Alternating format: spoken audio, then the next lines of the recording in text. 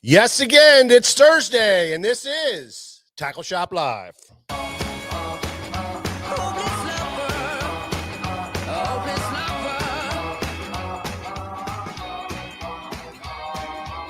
What's up, Jay?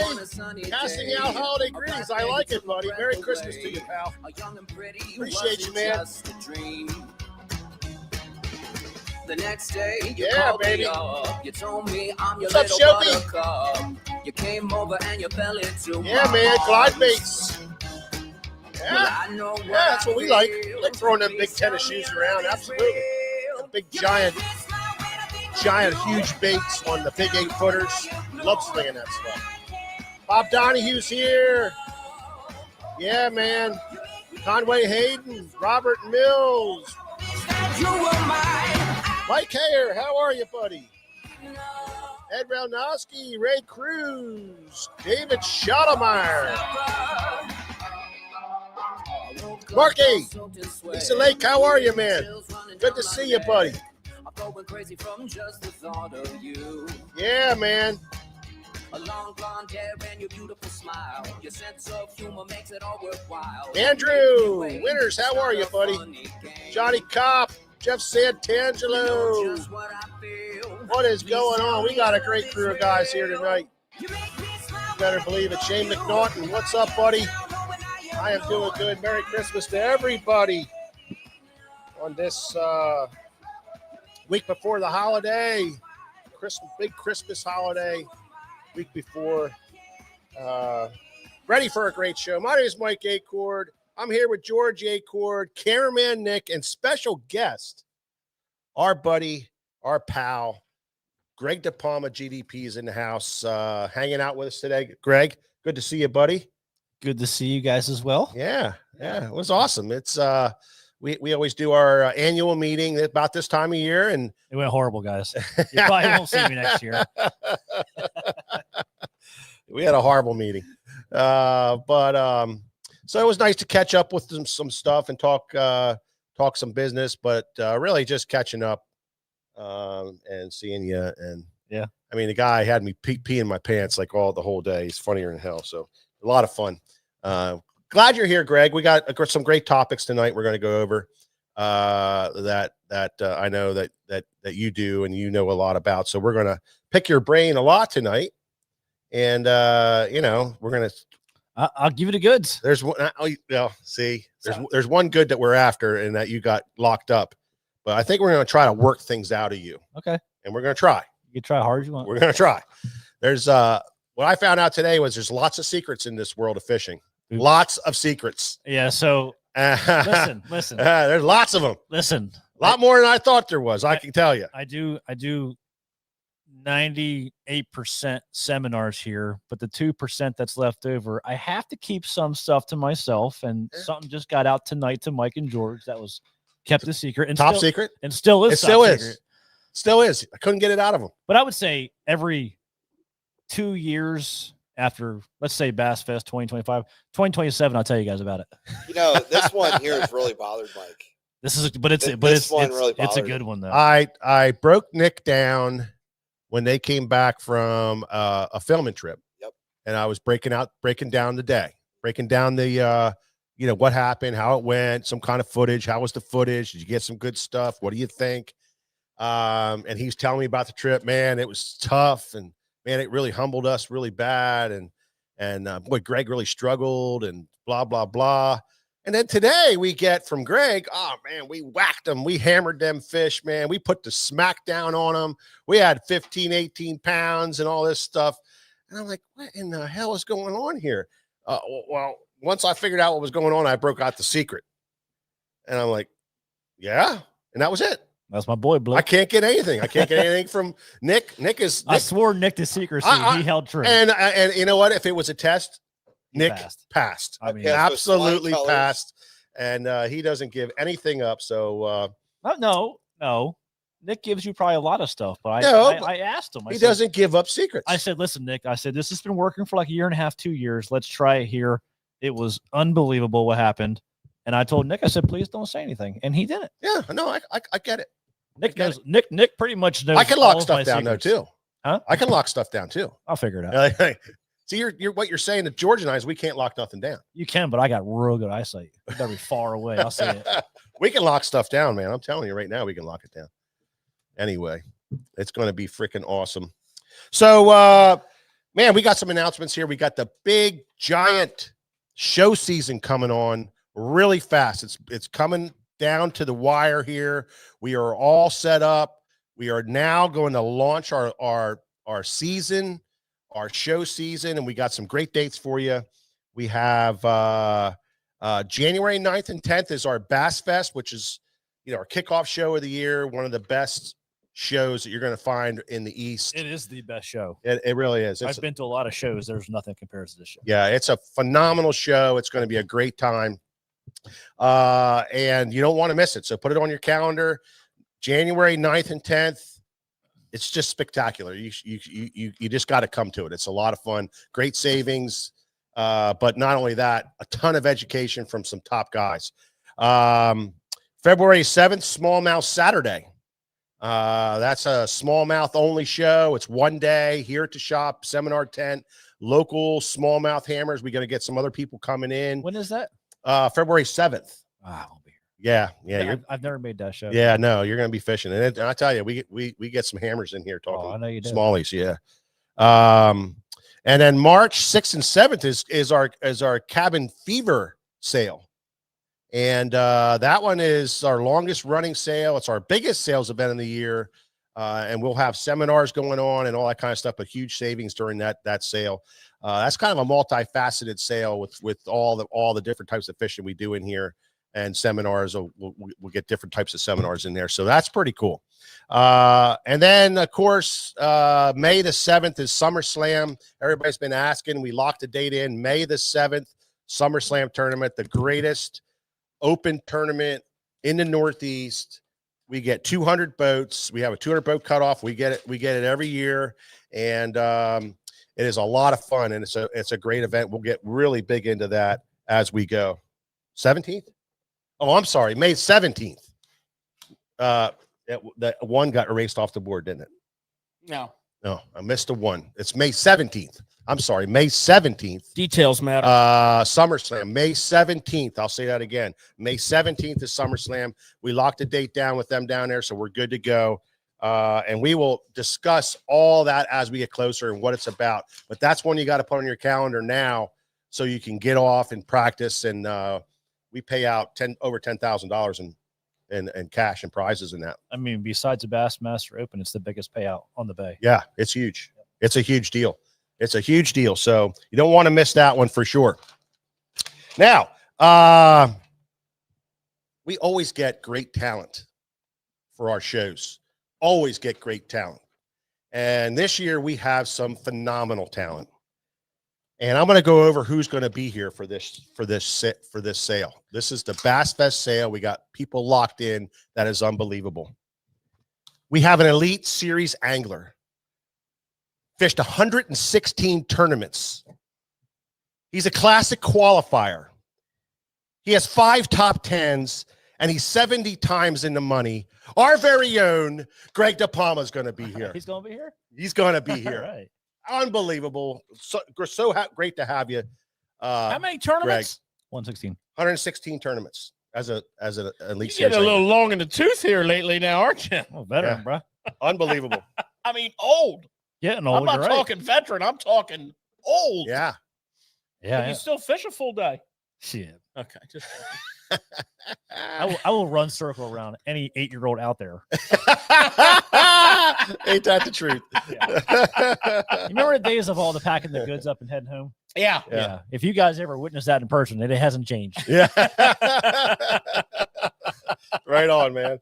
Right on. Well, Greg DePalma going to be here, and everybody knows his seminars are the best. Everybody freaking loves them, and Greg's going to be here for the weekend for that one.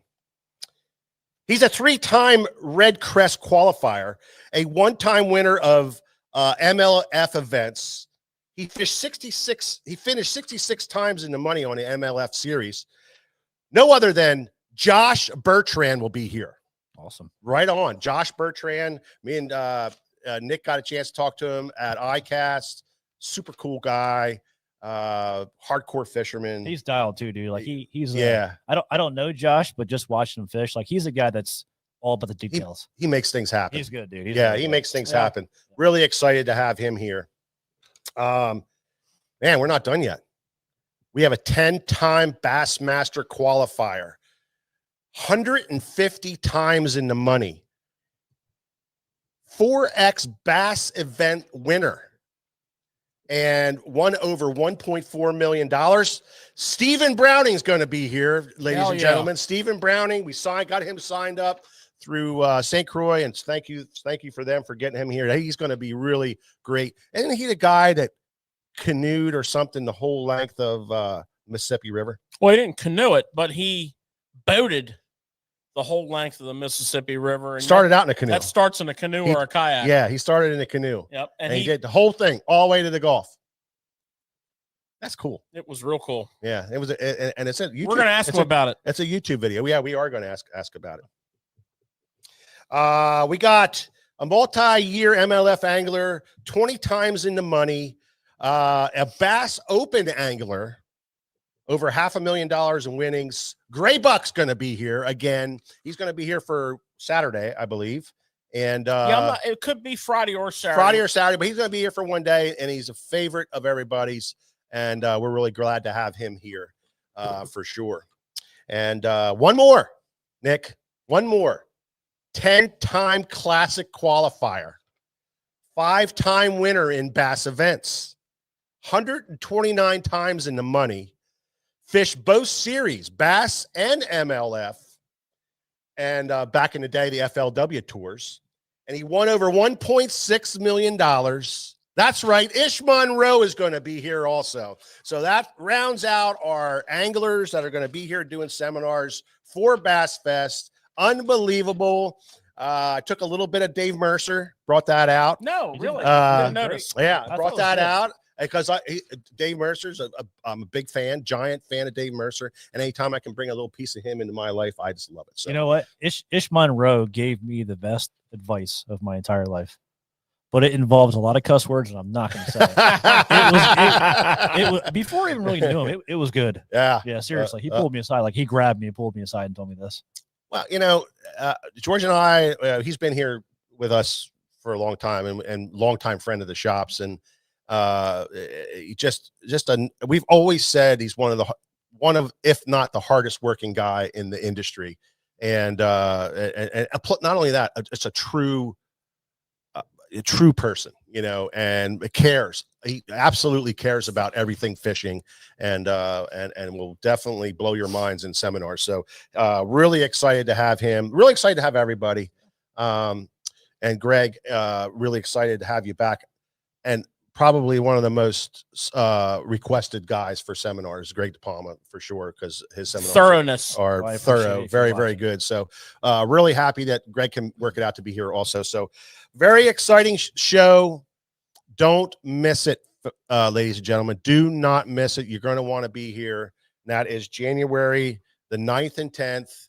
And we have food for you. You just stay the whole weekend. You can just stay here. It's going to be great. Outside. Yeah, and whatever it takes. We'll it's going to be well worth it and a lot of fun. So Mike, it's great news, but it's hard to believe it's that time of year already. This is true. I mean, come on. Yeah, I kind of started getting ready for it a while ago, but it's catching up to me now. It's like I'm getting a little antsy. I'm getting a little,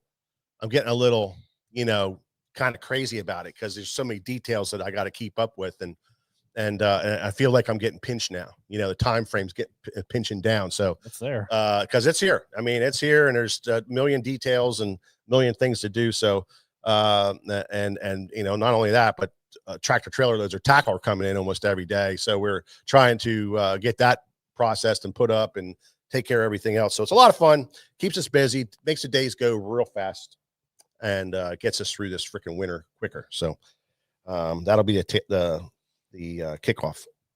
Okay. Let's get the show going here, man. We're going to kick it off with our famous rig of the week now. It became pretty famous. Famous.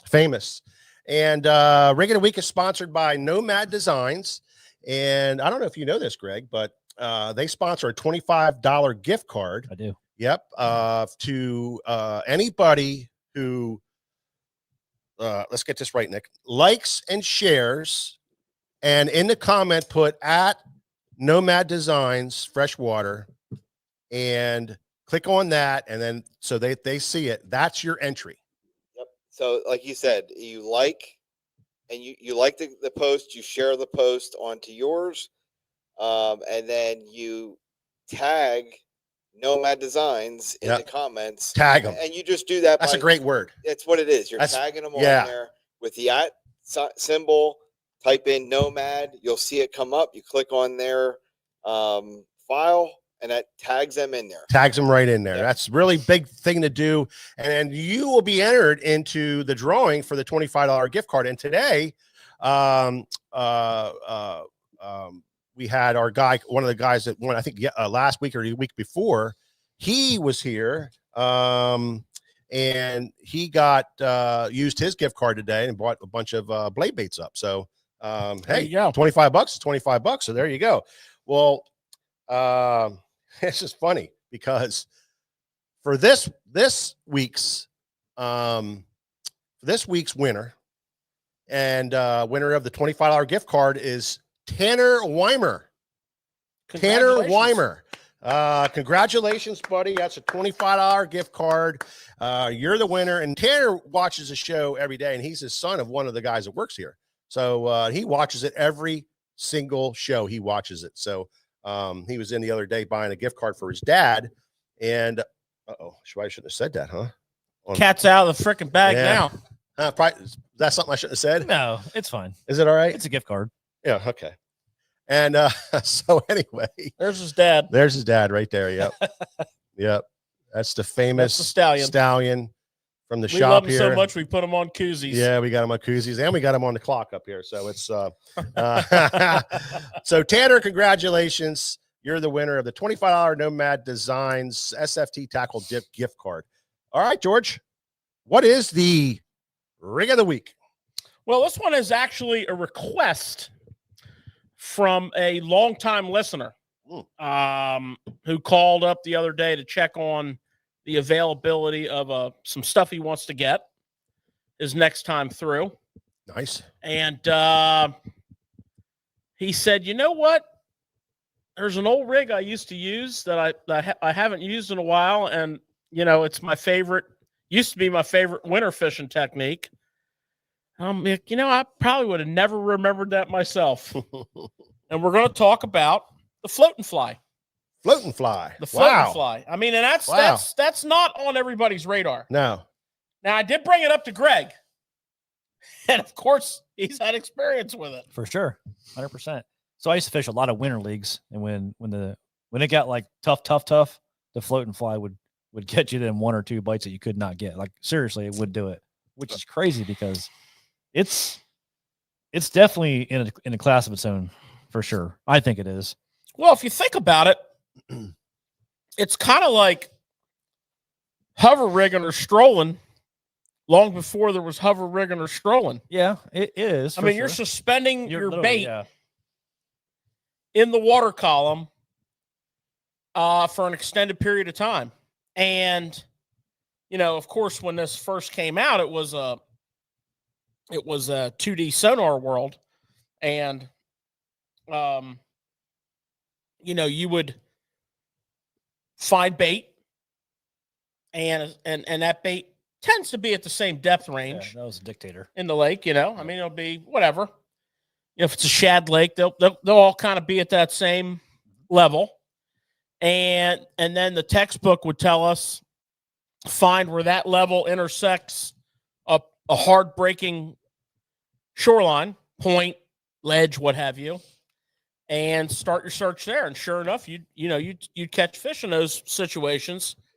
And I want to give credit to, like, you know, the Dale Hollow region of Tennessee. For sure. Those highland reservoirs, deep, sharp breaking banks, and smallmouth primarily, but of course, deadly technique on spots and largemouth also. But that's kind of where it got its origin. And, you know, I'm going to unrig it here so I can show you, but it's real simple. Of course, you can dial in any rig, you know, with experience. And it's amazing, you know, we talk about minnows, you know, and shaking minnows and a lot of that, what makes, you know, a great minnow jig head is what makes a good float and fly setup. And of course, the float and fly, the fly part is a hair jig. That's how it got its name. You know, this was long before the world of all the different minnows we have. And I mean, really, we didn't have Nothing. we had 2 aisles of a tackle shop. Was good. But yeah, just a little hair jig. And just to kind of show you what we're talking about here, let me just pop this staple out of here real quick. Can we kind of see in the comments? Can you guys comment? Just put yes or no if you have tried this technique over the years to float and fly, because I'm curious. I guess I'm old, according to George. So, very, you know, I guess I can tell you that the new generation has not tried this. I promise you No. that. So this is a Spro fat fly, which directly came from the float and fly craze. I didn't know that. That's the one I used to use too before I even knew about what he just said. Yeah, this is a hair jig, which, you know, the float and fly craze All knows so far. was a very particular type of hair jig. Okay, you need the 90-degree eye because you want this posture in the water, this horizontal posture in the water. And this is called craft fur. So you have bucktail, you have marabou, whatever. This is called craft fur. You know, and kind of like the hair on your troll doll when you were a kid that you got at the fair. And of course, this is a Gamakatsu hook because when the float and fly was at its peak, Spro jumped in and brought out like a bad to the bone float and fly. And this is called the fat fly. So this is, I want to say this is 1/8 of an ounce. Yeah, 1/8 of an ounce. And you know, you're fishing it under a bobber. So here's what you do. You're going to take your line. And this setup is so simple. Everybody's going to relate to this. If you've ever pegged the weight on a bullet weight with a bobber stop. Well, a lot of people call them weight stops. They don't understand this came from bobber stop age. So you're just going to put your bobber stop on. See if we can get that done here. Oh, pretty good. That was good. Still doesn't have glasses. Now, well, however far up your line you put that stop is how deep your jig will sink. So the reason we use a slip bobber, and you'll notice this is a slip bobber, and you know, everybody has their favorite kind of bobber. This is a real simple cigar-shaped slip bobber.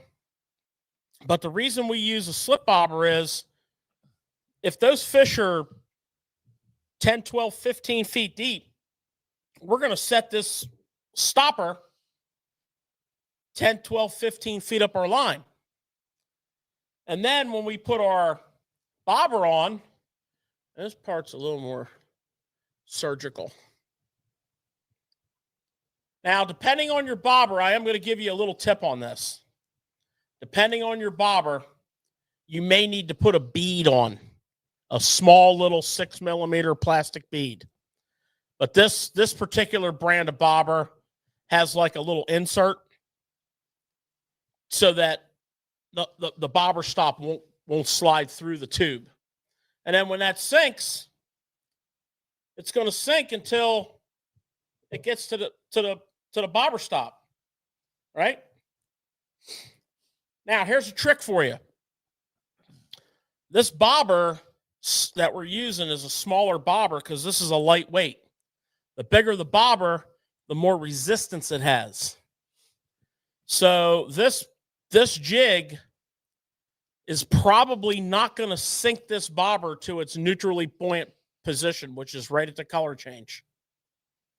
Okay, so your jig's going to be tied on, sink down the water, going to hit the stop, and that's going to be whatever depth you set it at. 6, 8, 10, 12, 15 feet, whatever. And then if you want to fine tune your rig, and yes, we do. Well, it might be laying over if the jig isn't. Yeah, it might be laying over. Yeah, like if the jig was on the bottom, it would be laying over. But if the jig's not real heavy enough, it's going to be about half cocked, probably. Yeah. Then we're going to take some split shot. Okay, probably just one split shot, maybe two. But here's the trick. So your fly is going to be down here on the bottom of this deal here. And we're just going to tie that on real quick. Glasses, huh? Yeah. Muggy took that one personal. Yeah. Yeah. So far, the comments have been, believe it or not, in the beginning it was all no, no, no. Now it's pretty heavy yes. And the one guy commented on there, Mike Centaur, and that's who I floated fly with a couple times, actually. Oh, okay. Yeah. So Yeah. cheers, Mike. Yeah, Mike. Yeah. Well, we used to do it in the wintertime in January and February on the river. Yep. And fish, hair jigs and stuff on it, and just right along the reed lines, where the reeds, the current, we'd be giving a little bit of small breaks. We'd pitch that thing in there and just set it there, real slow drift, man, just right in front of their face. And we had so much fun with that thing. It is fun. Mm-hmm. I will tell you that. Yeah, it's a lot of fun. Yeah. See how that jig hangs, Nick? That 90-degree posture with that 90-degree horizontal posture. So here's the deal. The deeper you go, if there's any current or wind, you're going to get a little bow in your line here. So put your, you're looking to sink this bobber to the color change. So you want this bobber sitting in the water like that. You don't want it here. If this is too heavy, it'll pull it under, obviously. But if you get it right there, it's just at the point where the slightest little nudge from a fish, and it'll go under without a lot of resistance. And that's where these little split shots come in. Just a little, this is just a number 3-0, number 7 shot. It's probably, I don't even know, a 1/16 of an ounce. And you're going to come up above your jig about a foot. And you're going to pinch one of those on there. Like that. Just take your pliers and just tighten that up. And then make a test cast. And again, if this thing is not perfectly balanced to your liking, get another one. Come up a little more. Just a little bit. Maybe 6 inches. 8 inches, put another one on. And what's going to happen is by spreading out that shot, shotting your line like that, what's going to happen is you're going to take that bow out of your line. That's from the bobber to the jig. And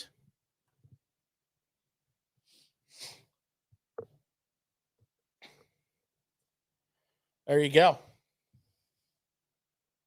So the top of this counter is our surface. Our bobber's going to be in there right like that, bobbing along, minding its own business. And then couple of questions on her. Yeah, the bite is basically just as the bobber getting pulled under the water. It's a load up bite. Yeah. It's a load up bite. It's like fishing a minnow on a bobber or a night crawler or something. Same thing. It just drops under. And just loads up, like Greg said, and that's your indicator to set the hook. And George, the friend, is asking whether or not the bobber stop is going to hamper your cast. So what I like to do there, Mike, this is a bobber stop that's a sinker stop, right? Yeah. And this will probably work fine, but I actually have bobber stops by Eagle Claw, which guys use for their bullet weights. They're just a little smaller. Yeah. And when you buy your bobber stops for this task, make sure you get the ones that are for like 4-pound test line, because the key to this, like 6-pound test line. Yeah. Super light. Now in my day, we didn't fish this on braid. I've never used braid for this technique. So I'm thinking you want a long ass leader if you're going to do so that. we did, and the problem with the braid in the wintertime was freezing. So we always go back to straight fluoro. Yeah, straight monofilament. fluoro. 6-pound. Mm-hmm. Yeah, and the freezing is a problem. Yep. You can spray your line. I mean, it's a cold water technique. Yeah. So like you're gonna run into the same problems we always had. So like, yeah, your fluoro would literally freeze to your braid spool. Yeah. Yeah. Right. When you wind it in. Right. So Right. for that, if you're floating flying solely, I just recommend full spool of fluoro or light mono. Yep. And then hit her with some silicone and you're good to go. Yep. That was really Well- good. That was really good, George. I got something else though that I never tried this, Mhm. but I haven't fished a float and fly in 15 years. It's been a while for me too. But I'm thinking of why wouldn't I use a 3-inch, for example, scented jerk shad from Z-Man on a 1/8 ounce jig head with a number 10 hook in it. I think you can use anything. I mean, why wouldn't that just work exceptionally well? It definitely would work. Maybe the hair's got something a little better than actual plastic. Well, the thing about hair is it needles way down, right? Yeah, but yes, yeah, for sure, 100%. But I don't know. It's one of them things. Maybe don't reinvent the wheel, but I guess you could. I don't see why you can't. We throw a lot of really small swim baits in the wintertime. We're still winding them, and they bite. Yeah, it's called a float and fly, George. Not a floating plastic. Stay in the past. One way to find out. Yeah. Stay in the past. Yeah. I'll plow that field for you. Go ahead. No, so if you guys are looking to maybe try this technique, just be mindful that it takes a lot of patience. Number one, which wintertime fishing normally does, unless you got scope. That's true, but like it's one of the things. If you guys are gonna do it, you can pitch it or cast it out there. It's just a sitting technique. You don't have to twitch it that much. Let it all do its own work by itself. That's the beauty of it. We actually liked that when it was a little bit windy, where you got the wave action. Yeah, for and sure. So it gave action without you having to do anything. It's like you say, it's just throw it out and let it sit, and the little waves would just give it little. If you're a guy that maybe wants to get out there and suspend the jerk bait and just count yourself for 30 seconds, you just can't do it. This is probably a better alternative for you because it's just something that catches fish by itself. Not only that, while you're doing a winter trip to your favorite lake or wherever it is that you're going to go, and whatever technique you're fishing, if you're real ambitious, rig up a float and fly, cast it out off to the side, and secure your rod. And as you're fishing whatever other technique you're doing, just keep an eye on your bobber as you're just kind of bobbing along and floating along and drifting along and trolling along, and fish 2 rods. Obviously that's a good option also. Now, the question becomes now, under the deadliest of like cold conditions like we're experiencing now, I mean, everything around here is frozen. Yeah. And a lot of places that have open water where the boat ramps are is frozen. Now I expect a lot of that to clear out. Maybe you get out this weekend. Mm-hmm. You're going to be dealing with water in the 30s, 33. That bite could be a little stingy. It'd be great time to take the rig of the week and put it to work. Yeah. Just remember, light line. You got to go 6-pound line. Yeah. Just use your lightest spinning rod that you have, and just go for it. And I take it, regular hair jigs, marabou hair jigs, just like you would with anything else. Yeah, so you're going to do like a marabou jig. You know, a marabou jig's fine. You're going to do a just any old hair jig like a bucktail. No trailer, just a jig. Yeah. And no bigger than an 1/8 ounce. Okay, so marabou, bucktail, and of course, if you're fired up on it, you know this fat fly from Spro is precision. I mean, these are hand tied by like craftspeople. These things are beautiful. They are, you know, that's a blue shad pattern. That middle one is a blue gill pattern. That bottom one's called Clear Ghost. I mean, there's a whole family of colors here to match your forage. You know, here on the Susquehanna, we have our own minnow. You won't find it anywhere else. Although it's been creeping around lately and expanded its territory out a little bit. And it's got this profile, but it's got like a barring, a really extreme barring pattern on the side. Mm-hmm. Take that jig, take your Sharpie, bar it up. You know, another thing about wintertime fishing, that's when your water is as clear as it's going to be because it's super cold. That super cold water is less dense. It can't hold the particles up in suspension. That water gets real, real clear. So it also gives you an opportunity to practice your clear water, you know, confidence, building your clear water confidence for those of you who do not have it. Yeah. But yeah, that's the rig of the week. It's the float and fly. There you go. And Did you ever fish it, Nick? blast from the past, huh? I might have fished it maybe 12, 13 years ago, but nothing recently. Yeah. No, I'm just not to it, but I can see where it works. Guarantee you now, we'll see a bunch of corks and bobbers floating now, huh? After this one. Up in the trees. Yeah. We're finding well, I don't know. It's fun to fish. It really is. We did it a lot back in the day on the river when the main river was froze up, and then the areas where the warm water discharges would keep it opened up for, you know, down that western side. We had little access areas where we could, you know, go and fish off the bank when we were going crazy. You know, we usually January, February, and we would take the float and fly down there, and you know, you stand on the bank and there's reeds out there, so you could just flip it out and pull your bait in right along the reeds and just let it drift right along those reeds there, man. That thing would just be sitting there going, and it's and we catch them that way. But great technique. Yeah, a lot of fun. A lot of fun. Good stuff, guys. Yep. Give her a whirl. Yeah, thanks for the tip. Yeah. Galen, appreciate you, buddy. Yeah, that's awesome. All right. Well, there you have it. Tip of the week.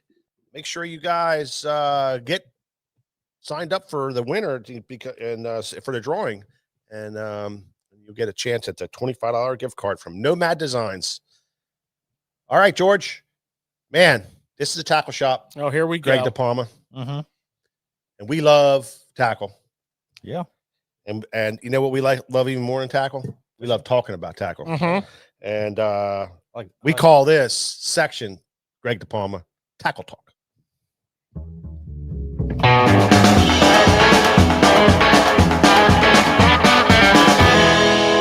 Man, oh man, do we love tackle. We love it so much we had to start a tackle shop. So, George, what is hot? What is new in the world of tackle?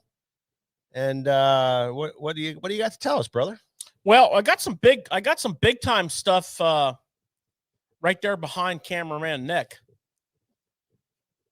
Pan your camera over there, Nick, and give us a look at that beautiful showcase there.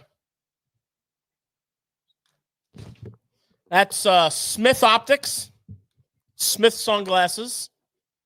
You know, they are one of the most premier brands of sunglasses out there. They're on par with all of your top brands such as Costa Del Mar. But they take their game a little farther than a lot of other companies because they are heavily involved in like for example, biking and skiing. I mean, they lead the way in optics for that. So they have so many lens colors, Greg. I mean, we usually have a well-equipped selection, from a yellow to a copper to a gray. I mean, these guys take those basic colors, which are critical. I feel as though you need all three of them. If you're a tournament guy, especially 100 critical. They take that and then they say, "Hold my beer," and they've got like, I don't even know. I couldn't even tell you how many different I mean, there's like 7 or 8 different mirrors, and there's like 5 or 6 different bases. So everybody's eyes are different. Everybody sees things different. I mean, how many times have you been able to see something and the person in the boat with you is just like, I have no idea what you're talking about? A lot of times. Well, I got me a pair of these. The guide series. Yeah. The Smith people have been wooing our business for a while, and had a great meeting with them at ICAST. Learned a lot, and acquired a pair of Guide's Choice. Just because of the fit. There's a couple different sizes of these. I got the standard ones. That's a nice thing. It has an extra large. Yep, you got an XL. Yeah, you got an XL. You got different. Different just frame in this sizes. frame. Yeah. You have in other frames too. Yeah, no, absolutely. You got all different styles, but if you got a big head like George, you got to go. I wear the. You got to go to the XLs. Well, you should be wearing the XLs. I wear the standard. You got to go to the XLs or something. If you got that kind of head, you could go to XL. You can go. You can get whatever you want in that. On those frames, which is great. We talk about that yellow lens a lot. That's your, we call it the Sight Master. We have it in all the brands of sunglasses that we talk about. The Smiths certainly have a wonderful yellow with a nice, that has a silver mirror on it. And then another one, Greg, that I think, I have my Costas on right now in my number 1 color, which is copper green mirror, which is something along that line. And this is the actual pair of glasses I've been wearing from Smith. I've been wearing the Guide's Choice with the green mirror on a copper. I guess it's called copper, copper brown, but green mirror. And these, I've fished a couple tournaments with these this fall. These things are legit, crystal clear.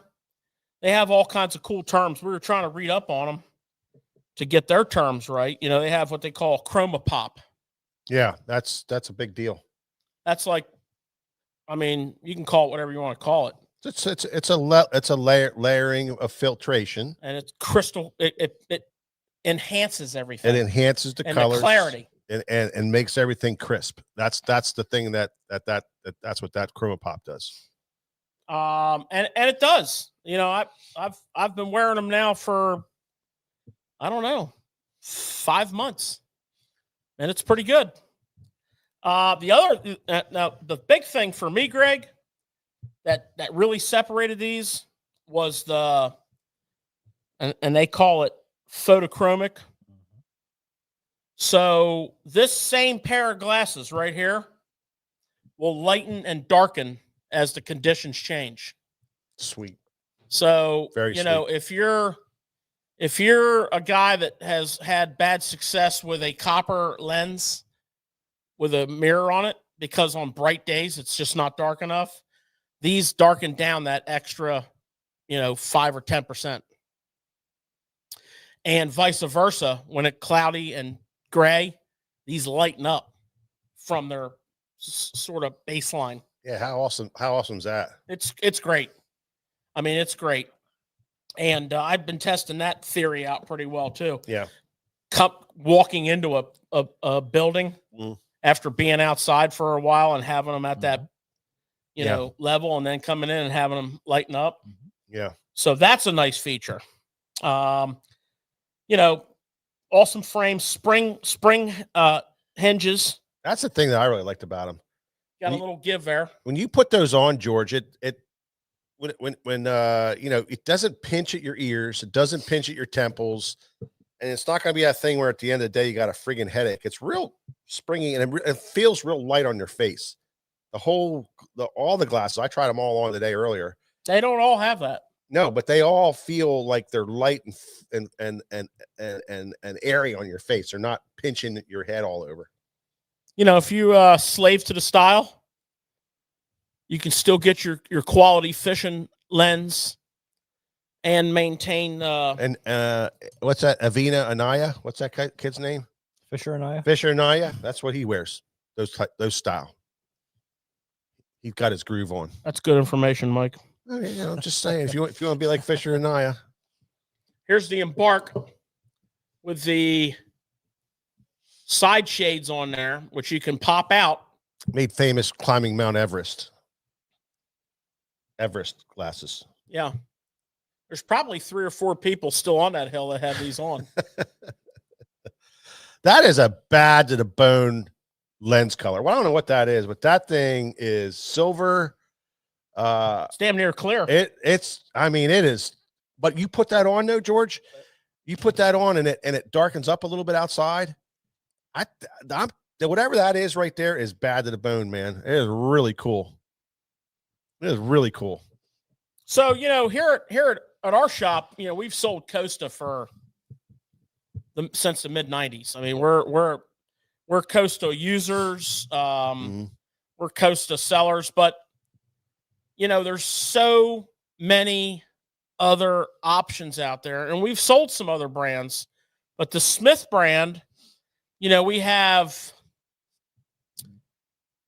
at least one full-time guide on our pro staff, Joe Raymond, who is a big Smith guy. And just, I mean, he's been after us for multiple years to carry Smith. Like, I mean, yeah, on it. Well, there's been people asking about it. The word's getting out. The technology is different enough from our beloved Costa. It's different technology. It's different. The whole thing, the style, the lens, everything is different than others out there. So it was a good addition to the shop. I like them. I mean, you got your gray base, you got the old school like gray green, you've got your coppers, your rose, various shades of yellow, and then untold amount of mirrors. If you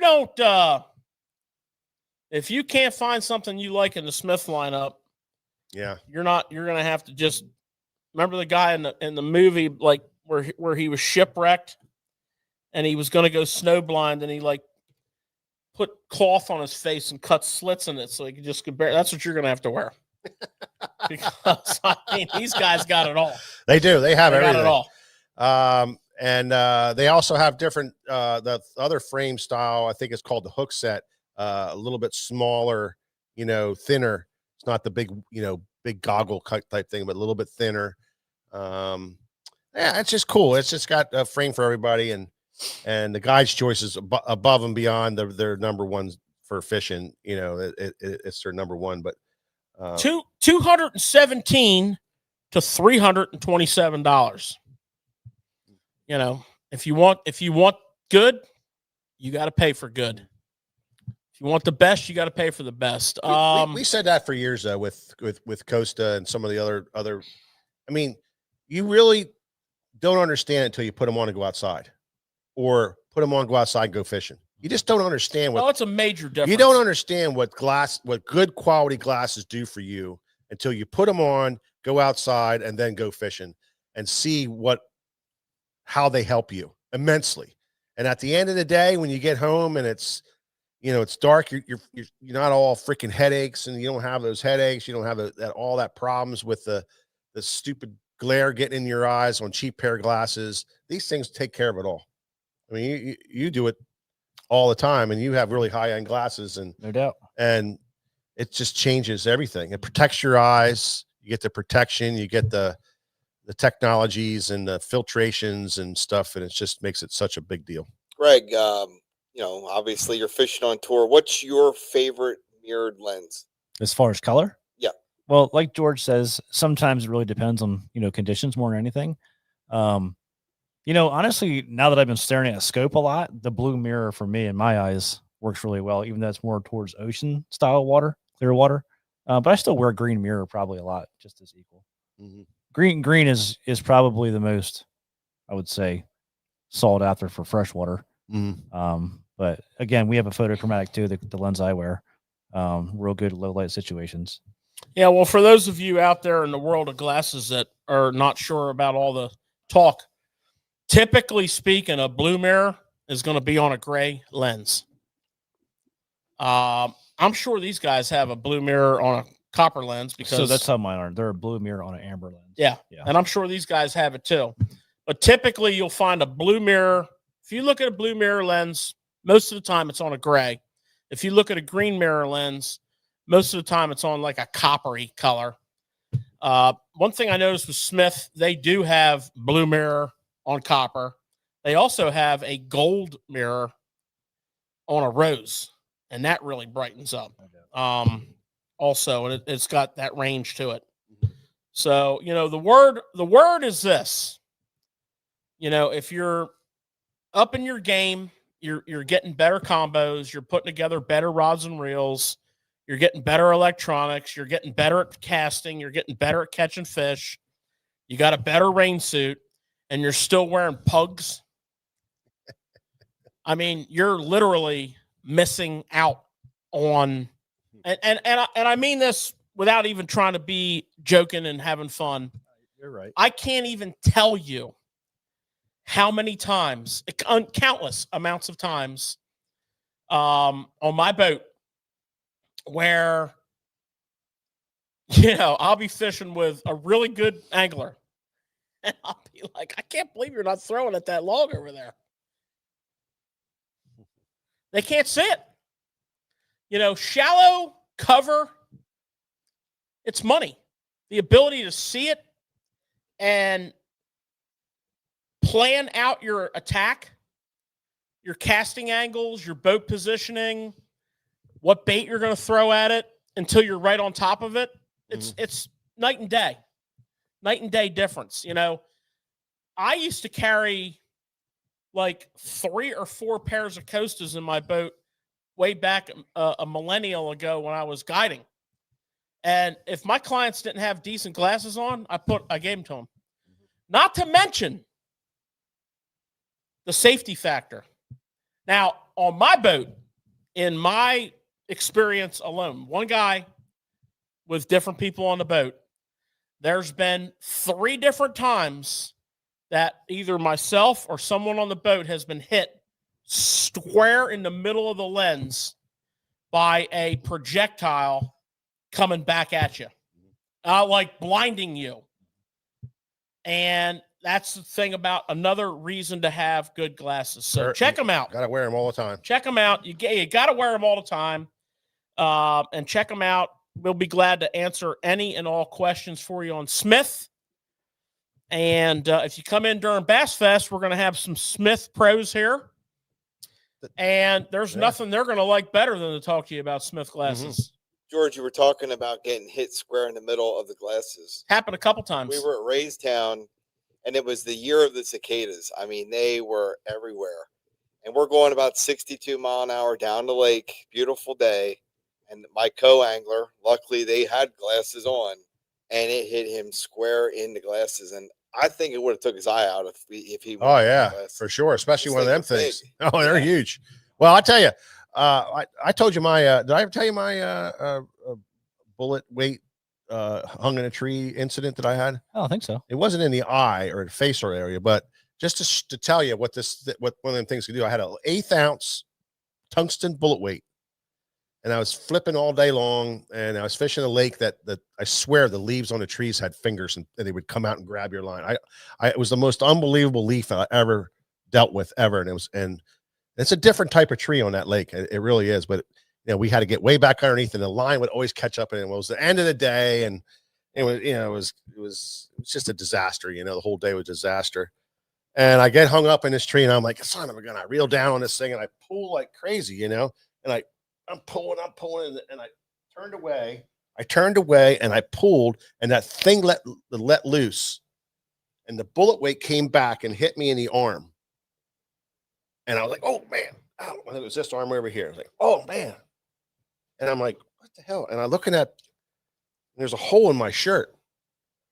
And I'm like, all of a sudden there's a pool of blood down, pulling up in my, my sun shirt. I'm like, what the hell is that? And I pulling it, and it's like, can't move it. And I pick it up, and I picked it up, and here the bullet went through the shirt, through my skin, like an angle, underneath my skin and out the other side. Wow. And the line was in underneath my skin. Oh man. Yeah. It was real shallow. It wasn't deep. It was real shallow, but I had a bruise on my arm for the rest of that week, about that long. And it just goes to show the force. And when you're pulling that off of a tree, how much force that had. It was a little 1/8 ounce tungsten weight, and what that tungsten weight ended up doing, it was unbelievable. But it was under my skin, and I was like, Corbin, look at this thing. And we were pulling it back and forth through the skin. Like, I was like, look at that, Corbin. He's like, that's so cool, man. Had to cut the line, pull it back through there. And luckily it was the end of the day, because I was bleeding like a stuck pig. But that's how dangerous it is. Wear your glasses all the time when you're fishing, because you never know when one of them suckers are going to come back to your eye. Mm-hmm. These are all shatterproof, by the way. Correct, George? Lenses? I don't know that. Yeah. I'm assuming. Yeah, I'm assuming they are too. I would say so. Yeah. I would definitely look into a lot of them are, but look into it. If I was you, I'd look into that, because I'm not 100% sure. I'm imagining they are. I know the Costas are. I'm pretty sure these guys aren't going to give up any ground to them. Yeah. Check them out. I know a guy that was on a marlin fishing trip, and they were landing a marlin at the side of the boat, and they use big swivels like that, and the swivel broke in half, and the half that was attached to the line came back and hit him in the center of the lens of his Costas, and the lens shattered, but it was like a car windshield. It was all intact. Like no slivers. That would have took his eye out of his head. You hear this multiple times everywhere. You know, think about that. Yeah. The pressure that was there. Yep. So anyways. All right, George, what else you got, buddy? What else is hot? I got some cool baits. What else is hot? What's happening? I got some cool baits for you. I like cool baits. So this first one is a very popular brand and model of swim bait. It's from Reaction Innovations. It's called the Little Dipper. Oh, wait a minute. I didn't know they made that in bubble gum. That's going to be a killer, man. Special run. We got 96 bags. And when all the people that work here are done taking their allotment, we're going to have about 66 bags. We got bubble gum, and we have black. Look at that bad boy. Solid black. Straight black. So our good friends at Reaction came to us with this idea a while ago of doing some custom runs. And I guess they were taking a consensus from the dealers they talked to, and enough of us said bubblegum and black that we now have bubblegum and black. Now, we love this as a swim jig and a chatterbait trailer. We also love this on a ball head, just on a regular old ball head jig, swimming it along. Absolutely deadly. So those are the three ways. And we carry a pile of these with us on our boat. I'm talking. Oh, Mike and I have a box that Oh, is, and we're constantly running out of them. I mean, we catch so many fish on these. So this is exciting. Bubble gum and black. So think about this. How about all those morning dawn jackhammers you've been hoarding? All you, like, I know you're hoarding them. Trailer. Dirty water, but not muddy, but cleaning up from mud. Put that on the back of your green pumpkin chatterbait. Oh, my goodness. All by itself. Crystal clear water. Crystal clear water smallmouth fishing. Put that on a ball head, cast it a country mile, and turn the handle and see what happens. Did you ever fish the Little Dipper? Yeah. Yeah. Yeah. I'm did. friends with you guys. Oh yeah. That's the only swim bait that thumps that. Did you fall down? The first Little Dipper I ever got was from you guys. Yeah, years and years ago. Every time Greg goes fishing with us, It's he always just picks one them of up off the floor of the boat because they're everywhere. Literally everywhere. I mean, Well, it you know, thumps. It absolutely thumps. you can feel it through the rod tip, You absolutely the thumps. body roll. And Of course, the Skinny Dipper was made like world famous on Lake Okeechobee. Yeah. In the Houdini color. Yeah. Back in the day. Yeah. I mean, it was like world famous. Yeah. And it's a great trailer also for, when you're needing to size up. But this bad boy right here, they have that straight black, matte black chatterbait. Can't wait. Yeah. Black and blue, green pumpkin. Same thing with swim jigs. And then just on a ball head, swimming it. I'm going to tell you something. Now, Greg, I hope you back me up on this. And if I'm wrong, you let me know. Oh, I'll tell you. When you go up north in those clear northern lakes, is black not like a major league color?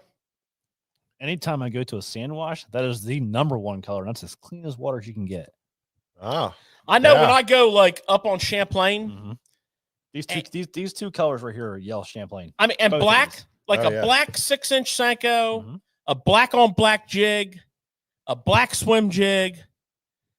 I don't know what it is about that clear water and the color black, but man, got them leeches up there. I'll tell you right now, this right here is money. Leeches. Can't even swim in the water up there to get all over you. Now the bad news is these are not up on the website yet. The good news is they will be very shortly. But if you have to have them, call. We'll ship them right out to you. Or if you're close, stop in. But I'd get them quick because the way it's going down is when they're gone, they're gone. Yeah, you won't get them again for a while. Because they're going to have to run them again. Yeah. And Lord knows that's going to be a minute. Yeah, anytime they do anything special like that, it's Custom Little Dipper Day. That's like Bobby Bonilla Day. Right? Yeah. It's like Bobby Bonilla Day. Yeah. Which is, I think, in June or July, June. Bobby gets $1 million. Lucky dog. Yeah. Shohei Ohtani's going to have like Shohei Ohtani Day, and his kids are going to have to take the rest of it because he's going to be dead before he gets it all. That's another topic for another podcast. Yeah. Oh, maybe the one we're recording next week. Yeah. Okay. Missile Baits is up next, people. And you know SFT and Missile are boys. We are tight. Johnny Cruz. When they brought Missile out, we said, sign me up. And now they have got their minnow shaking bait and system. So without further ado, I would like to show you the Freedom Flyer. Bring her on in here, Nick. This bad boy wants a close-up. The Freedom Flyer, this color right here is called Live Minnow. That looks live. Pearl, got a little pearl red tint to it. It's got some smoke. Look at this color here, Nick. This is called Silver Shiner. It's got some translucency to it. Of course, you got to have pearl white, right? Now, Mr. Cruise Missile tells me one hell of a chatterbait trailer as well. How about spot remover? I could see that. You know, I was Greg and I were looking at it, and it has the fins that everybody puts on the front. It's got them in the tail, right? So you probably have some great little thumping action on that thing. Yeah, I mean thumping and rolling for sure. Just look at that tail, man. It's pretty crazy. It's a cool idea. Yeah, Changing it up a little bit. Here we have Arkansas Shiner. No, Tennessee Shad. My bad. Probably I love me some Tennessee probably shad. like the go-to color in the minnow world. Agree. Tennessee Shad. Agree. I mean, if you're just going to have one to shake your minnow, What would be your number one, Greg? Tennessee Shad. Is it really? Yeah. mine would be Tennessee Shad as well. This would be a close second though. This one right here is called Arkansas Shiner, although it's got a lot more green in it than your typical Arkansas Shiner. This is like, That'd be another one of yours right there. Mm-hmm. So, go ahead, George. I'll come. I only got two more. Okay. I got Disco Volante. I'm sorry, Disco Violet. Volante. Same thing. French. Yeah. And I've got yeah, Electric Shad, which has got to be in the top three of minnow colors. That's popular. It's got to be in your top three. We sell a lot of it. There. We sell a All lot right, of it. Greg, enlighten us. Doesn't catch nothing, but I'm just gonna kind of talk what I've seen out there. Yeah, what are you thinking? You know, talking about colors, the Tennessee Shad, you would not believe the difference. Like, so this has a flake in it. A lot of your Tennessee Shads out there don't have flake. Mm-hmm. And you would be, so this kind of goes back to the old school a little bit, how it was like sunny chrome for like a trap and stuff. Dude, when it gets really sunny, you would be amazed how good the flake draws them, way better than like a solid color. It's crazy difference. Yeah. So like this is, you know, here's the crazy part about bass fishing. Now that we can see it all, there's a million different baits out there right now. But dude, same with the topic tonight we're going to talk about. Like, there's a reason for all this stuff. Not just because guys are making it, but like, dude, you got to have it all, especially more now than ever. The pressure is immense. I mean, oh, jeez, I'm telling you, dude, it's crazy. Sizes, shapes, colors, flakes, all that stuff is Important. A really big deal. Wow. I agree. But if you were like kind of like new to scoping or trying to figure out scoping, or you know, you throw out and the fish swim away from your bait all the time. I mean, can you just do it with a Tennessee Shad and maybe another shade of Tennessee Shad, like another style of Tennessee Shad? Can you possible? Yeah. Always no. Yeah. My starting point, whether it's clean or dirty, like the Tennessee Shad. I know you guys hear me say this a lot, but our fallout minnow and Tennessee Shad, I'm telling you, is my favorite shaking minnow, period. Yeah. I've used that thing all across the country. I use it at home constantly. That color, shape, design, 5-inch flat out just catches them. They just go up to and bite it and eat it. Yep. Now, if you're on tour and you want to be successful, you got to have them all. Literally every company. Certain places you go to. I'll give you an example. So I'm going to give up a little bit of juice here for you Southern boys. We were on Fork last year, and Fork gets pressure that I can't even tell you how bad it is. I threw almost every single minnow I had at these fish. I could not get them to bite. I literally made the craziest color change on a color I never, ever threw, and it was like a light switch. Every fish that I would throw with the other stuff, nothing. You throw this one, hits the water, they're already coming. Every fucking fish. It was unbelievable. So that is like mind-blowing. And it was a weird color? Yep. Like a bright weird color, like something like that? Yep. Really? And they would eat it, dude. I mean, they would eat it. Yeah. Yep. Yeah. It's not even the most common color like Balt too, which is crazy. Yeah. Well, you know, it's funny because, you know, we have those days with a bubblegum fluke, you know, it's like you can't catch a fish on it. And all of a sudden one day everything wants to eat it. Yep. You know, something changes. Yeah. Something does change. That is a fact. So we pretty much went from, if you look at it like this, and we still do, but we went from tricking fish to reading fish. You used to get on the bank and you should try to trick a bite. That's what you did. Yeah. Now we can see real time. We are reading the fish and how it reacts. Yeah. So tricking the reading. Yeah. So you can see them when they turn away from your bait. Everything. And then make an adjustment to it with the color or size or something like that. The adjustment nowadays is unbelievably different, because before we used to just force the bite more than anything. We would keep throwing that thing either to A, it got right, or B, we just came across 5 stupid fish, but now it's like, dude, you gotta know how to rotate properly. These young kids on tour that are doing really well, very good at rotating, they all network really good too. But when you network outside of your state, you see all the other options that are available that work for this guy here, this guy here. What do you mean? Now, What do you mean rotate from spot to spot to no, spot? rotate baits, rotate colors, rotate size. Oh, All okay. that stuff. Oh, okay. Even jig head weight. Oh, everything. I mean, dude, it matters more now than it ever has ever. So Japan is usually ahead of us. I think America, as crazy as this sounds, we're so crazy with bass fishing. I feel like we caught up and almost, I don't want to say we passed Japan, but I feel like we caught them really quick because, yeah, it just exploded here big time. Yeah. Yeah, absolutely. Yeah, one of the biggest things that hit home for me this year are my takeaways from spending a fair amount of time scoping under really bad conditions. One thing, it's really hard to learn how to scope when the fishing sucks. But then when you do figure something out, it's a major learning lesson. One of the things that really hit home with me was the importance of jig head weight. Like, I'm an 1/8 ounce guy with a 3/0 hook 99.9% of the time. And 99.8% of the time, that's fine. But that 0.2% of the time, that's not fine. And I found out real quick in water depths of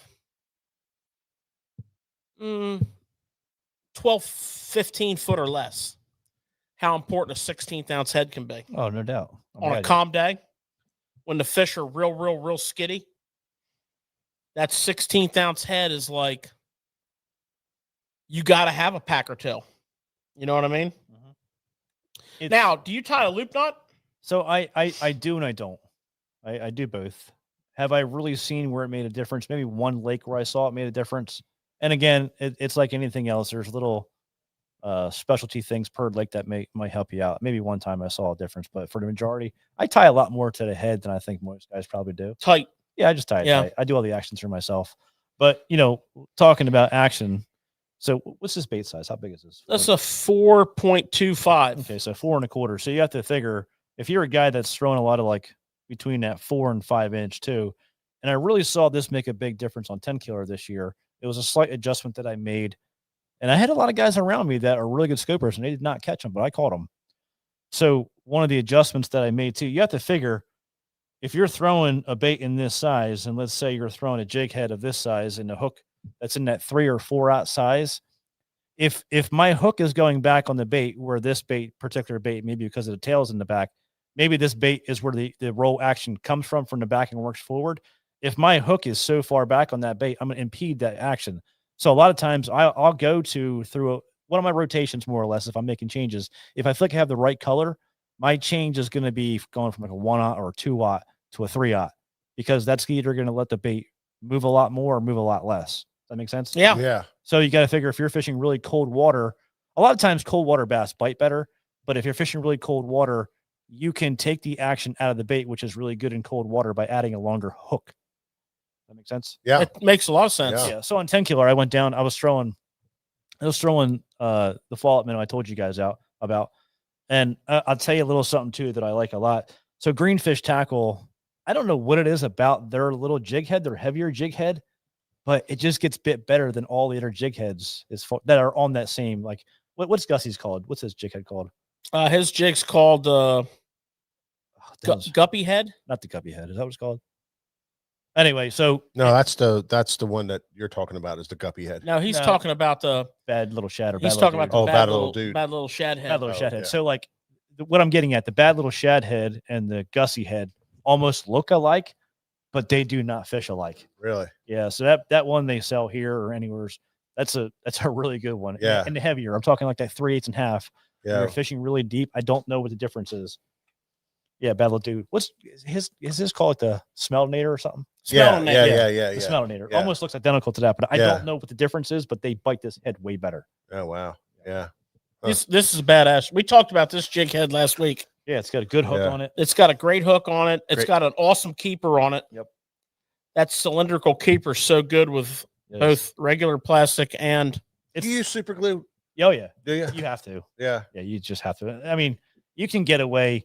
So if you're using, here's a little tip for you too. If you're a guy that's fishing the river and you're catching a ton of smallmouth on a minnow, and obviously Z-Man's a big seller around here, and you're throwing the scented jerk shad or the jerk Z or whatever, take that Elastec, and when you run your minnow up on here like normal, pinch a little part of it and put it actually over top of the eye, and it'll lock that thing on there. It'll never come down, and then tie your knot on. Oh. So basically, you got your normal setup, Yeah. but then you pull a little bit of Elastec onto the eye Oh, yeah. and tie it on. It'll never come down ever, Ah. and you'll catch.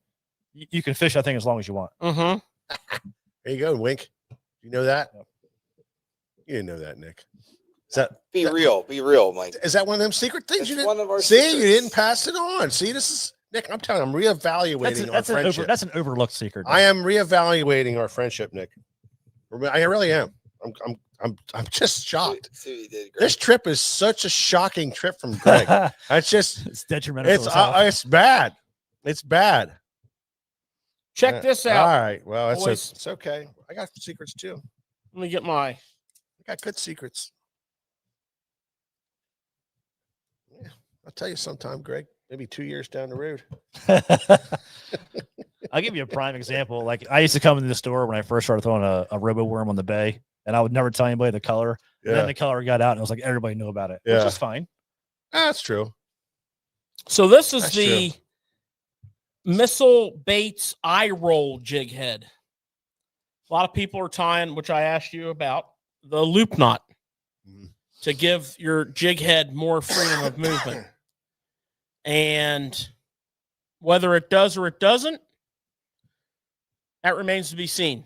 I mean, there's so many variables involved, as we just learned with hook size. It's kind of like, if it works for you, we love it. This is a welded ring, a small welded ring through the eye of the hook, which is positioning that jig head and giving it total freedom of movement. And this jig head was made for everything. I mean, if you want to throw a little dipper on this and swim it, go for it. But for this Freedom Flyer, now here's what you want to do here, Nick. These are $6.99 for a 5-pack. So don't screw it up by rigging it incorrectly. Yeah. So take your minnow, take your jig head, and kind of picture that thing put together. Now, usually what I'll do on any plastic on a jig head is I'll usually go high on the plastic. Up. In other words, not dead through the middle. Now, this one has a little split in it.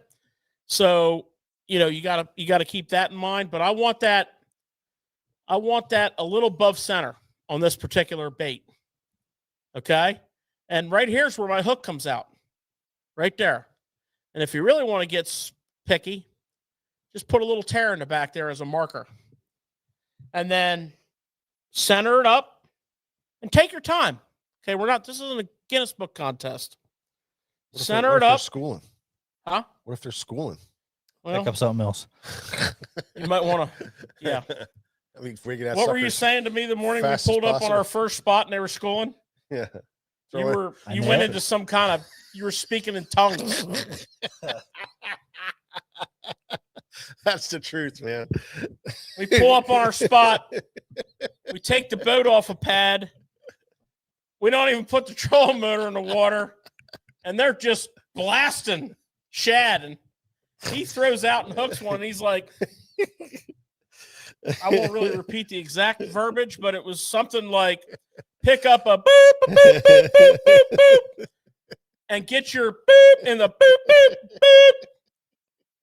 I'm like, calm down, bro. Wasn't that bad? I'm netting fish with one hand, casting topwaters with the other. Well, it was on Conowinga Pool, and we haven't seen anything like that all year long. And it was like, I know that in a couple minutes we're not going to have another bite for the rest of the day. And our whole morning started off, we were pretty well pissed off before we even took off. It was bad. It was bad. It was bad.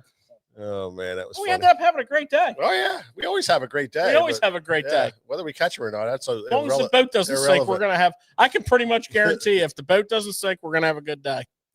So just take your time and thread that on nice and straight and true. Get to your little spot. Now, some guys like to turn their jig head and push it on so it doesn't tear out the plastic. I don't really think it does if you take your time and kind of pull down on it this way and kind of finesse it up over those keepers. You'll see it kind of close down around them. And then I actually like to take and take my thumb and kind of and look at that. Look at that. Would you look at that? Just look at that. I roll jig head. Beautiful. Freedom Flyer. Never seen Now, it the like Freedom Flyer has the reverse lifting wing on the back. Now, the other bait that rhymes with Sakamata Shad has the lifting wings on the front. What was the rhyme? Rhymes with Sakamata Shad. Just a second. And then you represent a company, and theirs rhymes with winged something or other. Wingman. Winged what? Wingman. Wingman. And that's got, Oh, that one. Yeah. is that the Wingman? No. What's Cobra. that one? The Cobra. Cobra Kai. It's got the Cobra. That's the Cobra Kai. This like one's on the back. And if you think about this, and the videos I've seen, this is pretty good. This is going to really enhance that whole tail kick and body roll. And if you see his videos, and I watched, he wasn't really like overly manipulating the bait. It was very impressive. And then as a chatterbait trailer and a swim jig trailer. So remember what we said on the chatterbait show, as a rule of thumb, the clearer the water gets, the more of that hunting type action you want. And you'll always get that with a straighter tail that has less resistance. So Freedom Flyer, 4.25, $6.99 for a 5-pack. Minnow Shaker Extraordinaire. I roll jig head. This is a bad boy right here. And you know what I like about this jig head, guys? Because these jig head boxes are starting to get out of control. I mean, I have so many freaking jig heads in my jig head box. I like it. I had to start another. Are you a jig head junkie? I'm a tackle junkie. Yeah, me too. Yeah, George is a jig head junkie. Over the last 2 years, my boxes and my boat have grown tremendously. Yeah. Because it has to. My Yeah. boat only runs 67 miles an hour now. Mine just goes backwards. Yeah. It could go faster. But, you know, I remember watching a video how you disperse your tackle in your boat, heavier stuff to the rear. Well, if I put everything heavy in the rear, it can't fit. So I'm just like, I got to the point where, you know what? I'll get there when I get there. I mean, honestly, nowadays with the grass we run, it don't even matter. Yeah. It's just a big sail up there. Dude, Mike and I have got like so many freaking boxes in the boat, but the joy boxes are the jig heads where you just like, look at that. Oh, that's not all of them. Check this one out. I'm with you. This is the minnow dipping head. Mm-hmm. This is the regular box. But there we go. Another one now. And, you know, I was saying the weights are stamped on some of them. Not on this one. Hold on. You got prototypes. I got a pack of them here.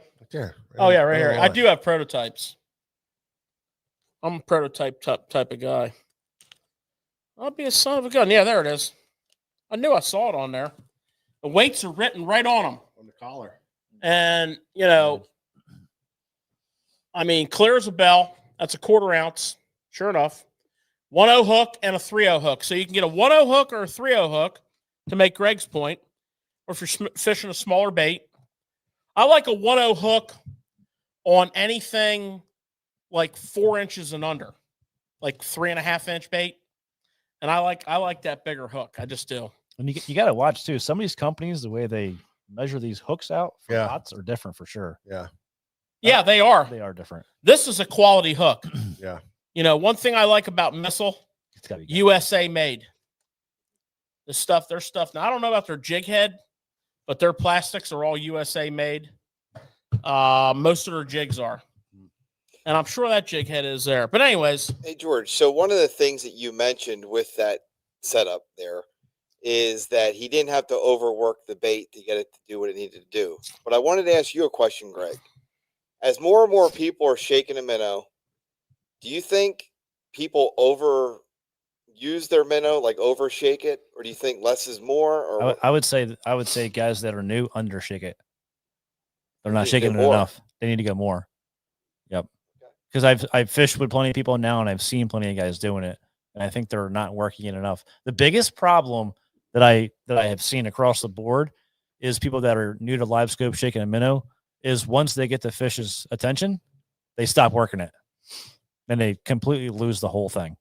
You know what I'm saying? They're like, "Oh, here he comes!" But when they say, "Oh, here he comes," what do? They're like, they freeze up, you know, and the fish gone.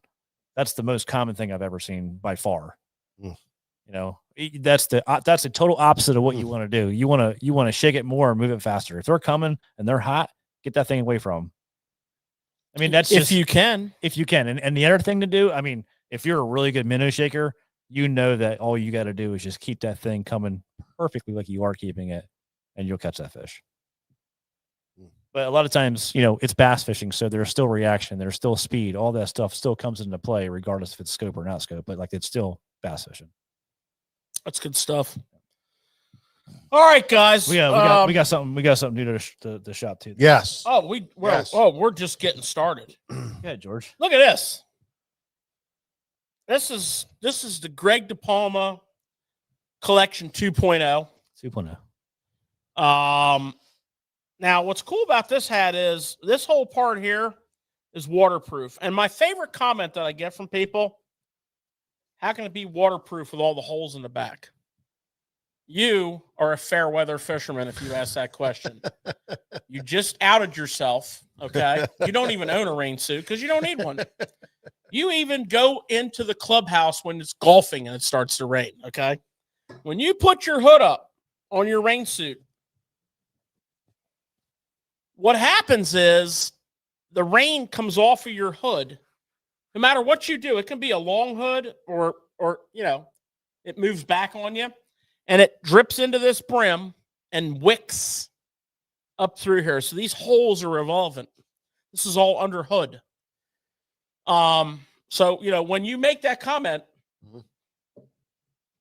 we know who you are. Okay. You don't need one of these. Matter of fact, you don't even need a hat. It takes you an awful lot to get your head wet now, more or less.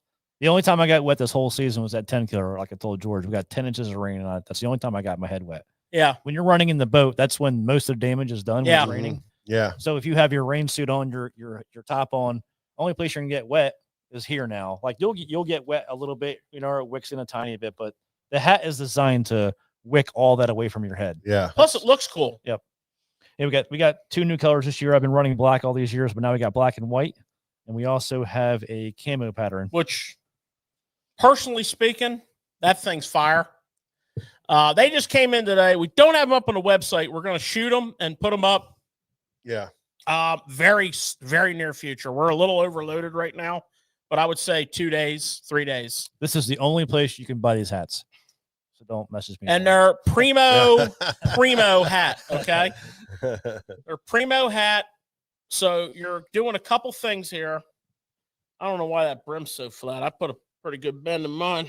But that's a jersey thing. This right here does a couple things for you.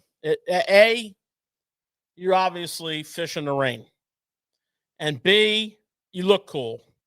And C, you help support your favorite pro bass fisherman. Thank you if you buy them. Appreciate you. He can buy one more pack of beanie weenies and make it one more night on the road. So there you go. Or more tackle. Yeah, or more tackle. The new GDP hats are in the house, and we have a bunch of them here for BassFest. Mm-hmm. So make sure you tuck an extra $40 in your pocket, and come on in and see us. Yep.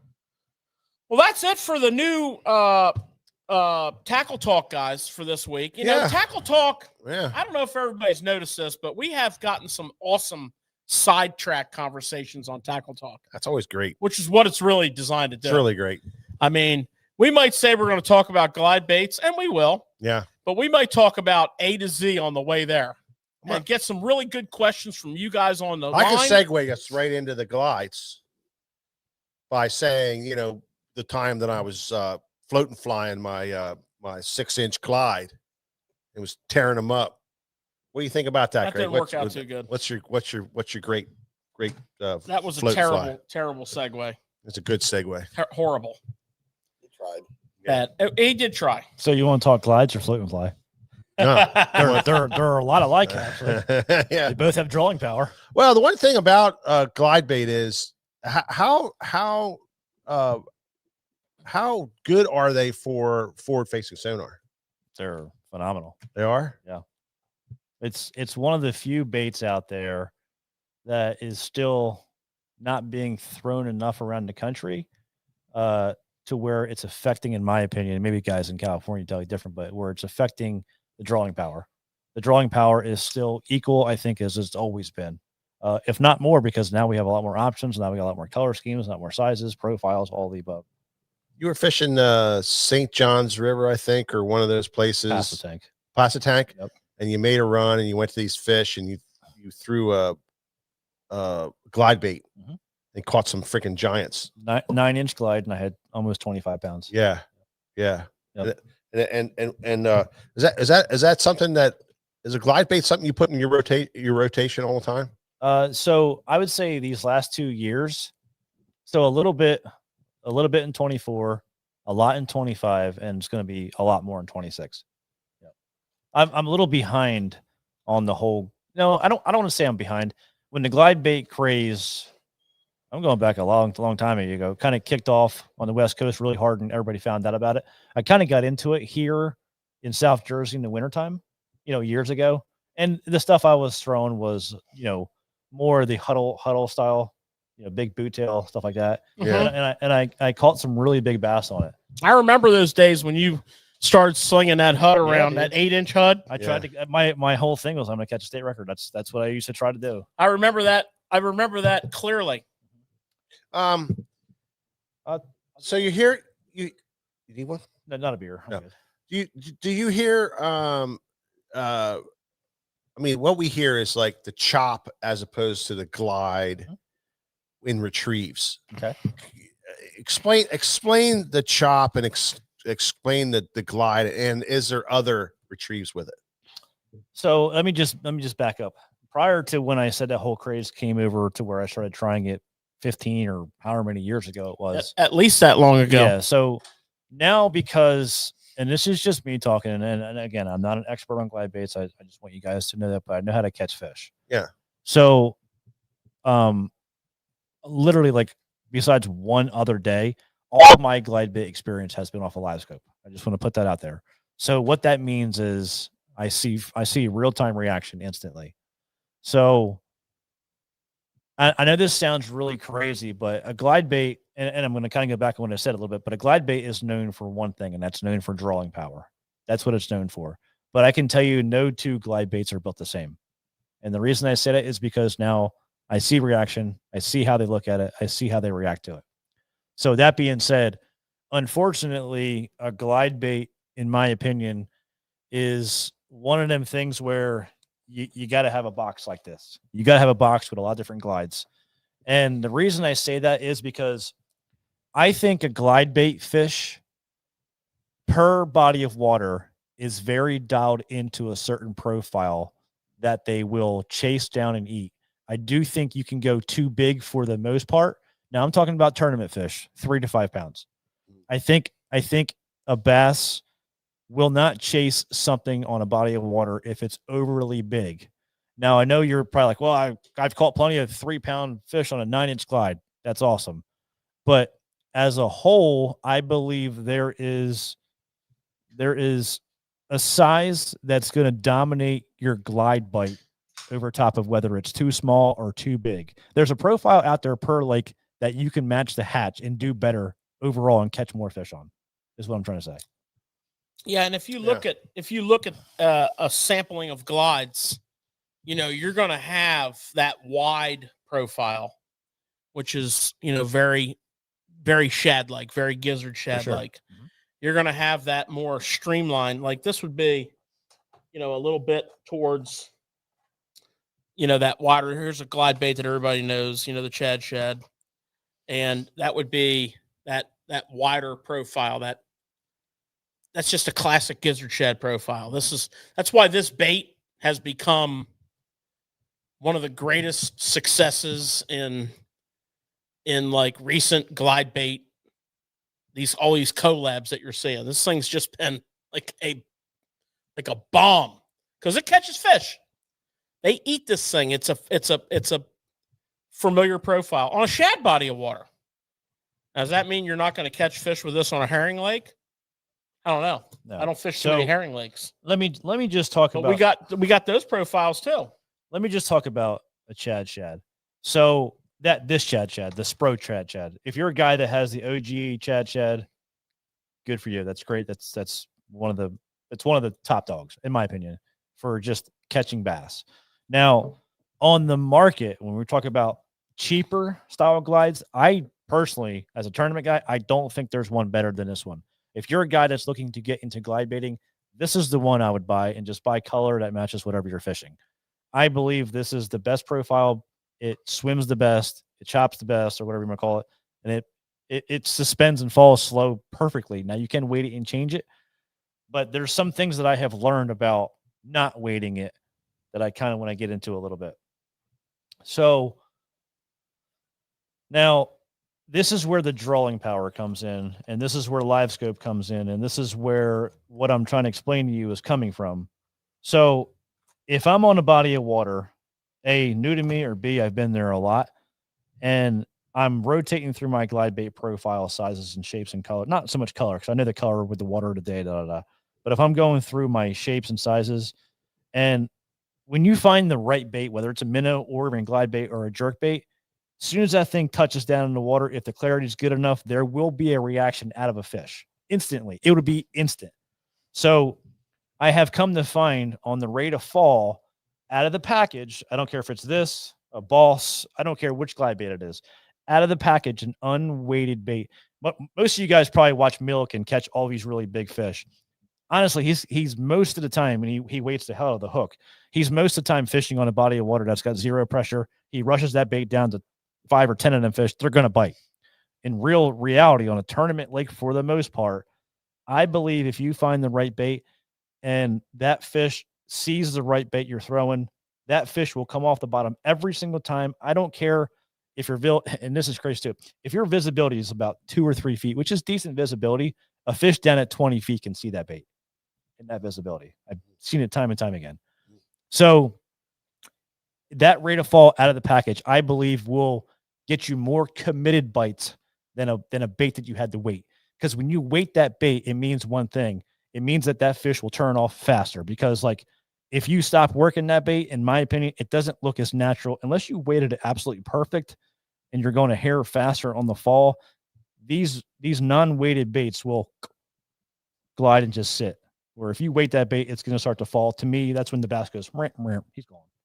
But these ones that aren't weighted, I believe if you can get the draw, you can match the hatch, get the color, the size, the profile, you're going to catch a lot more.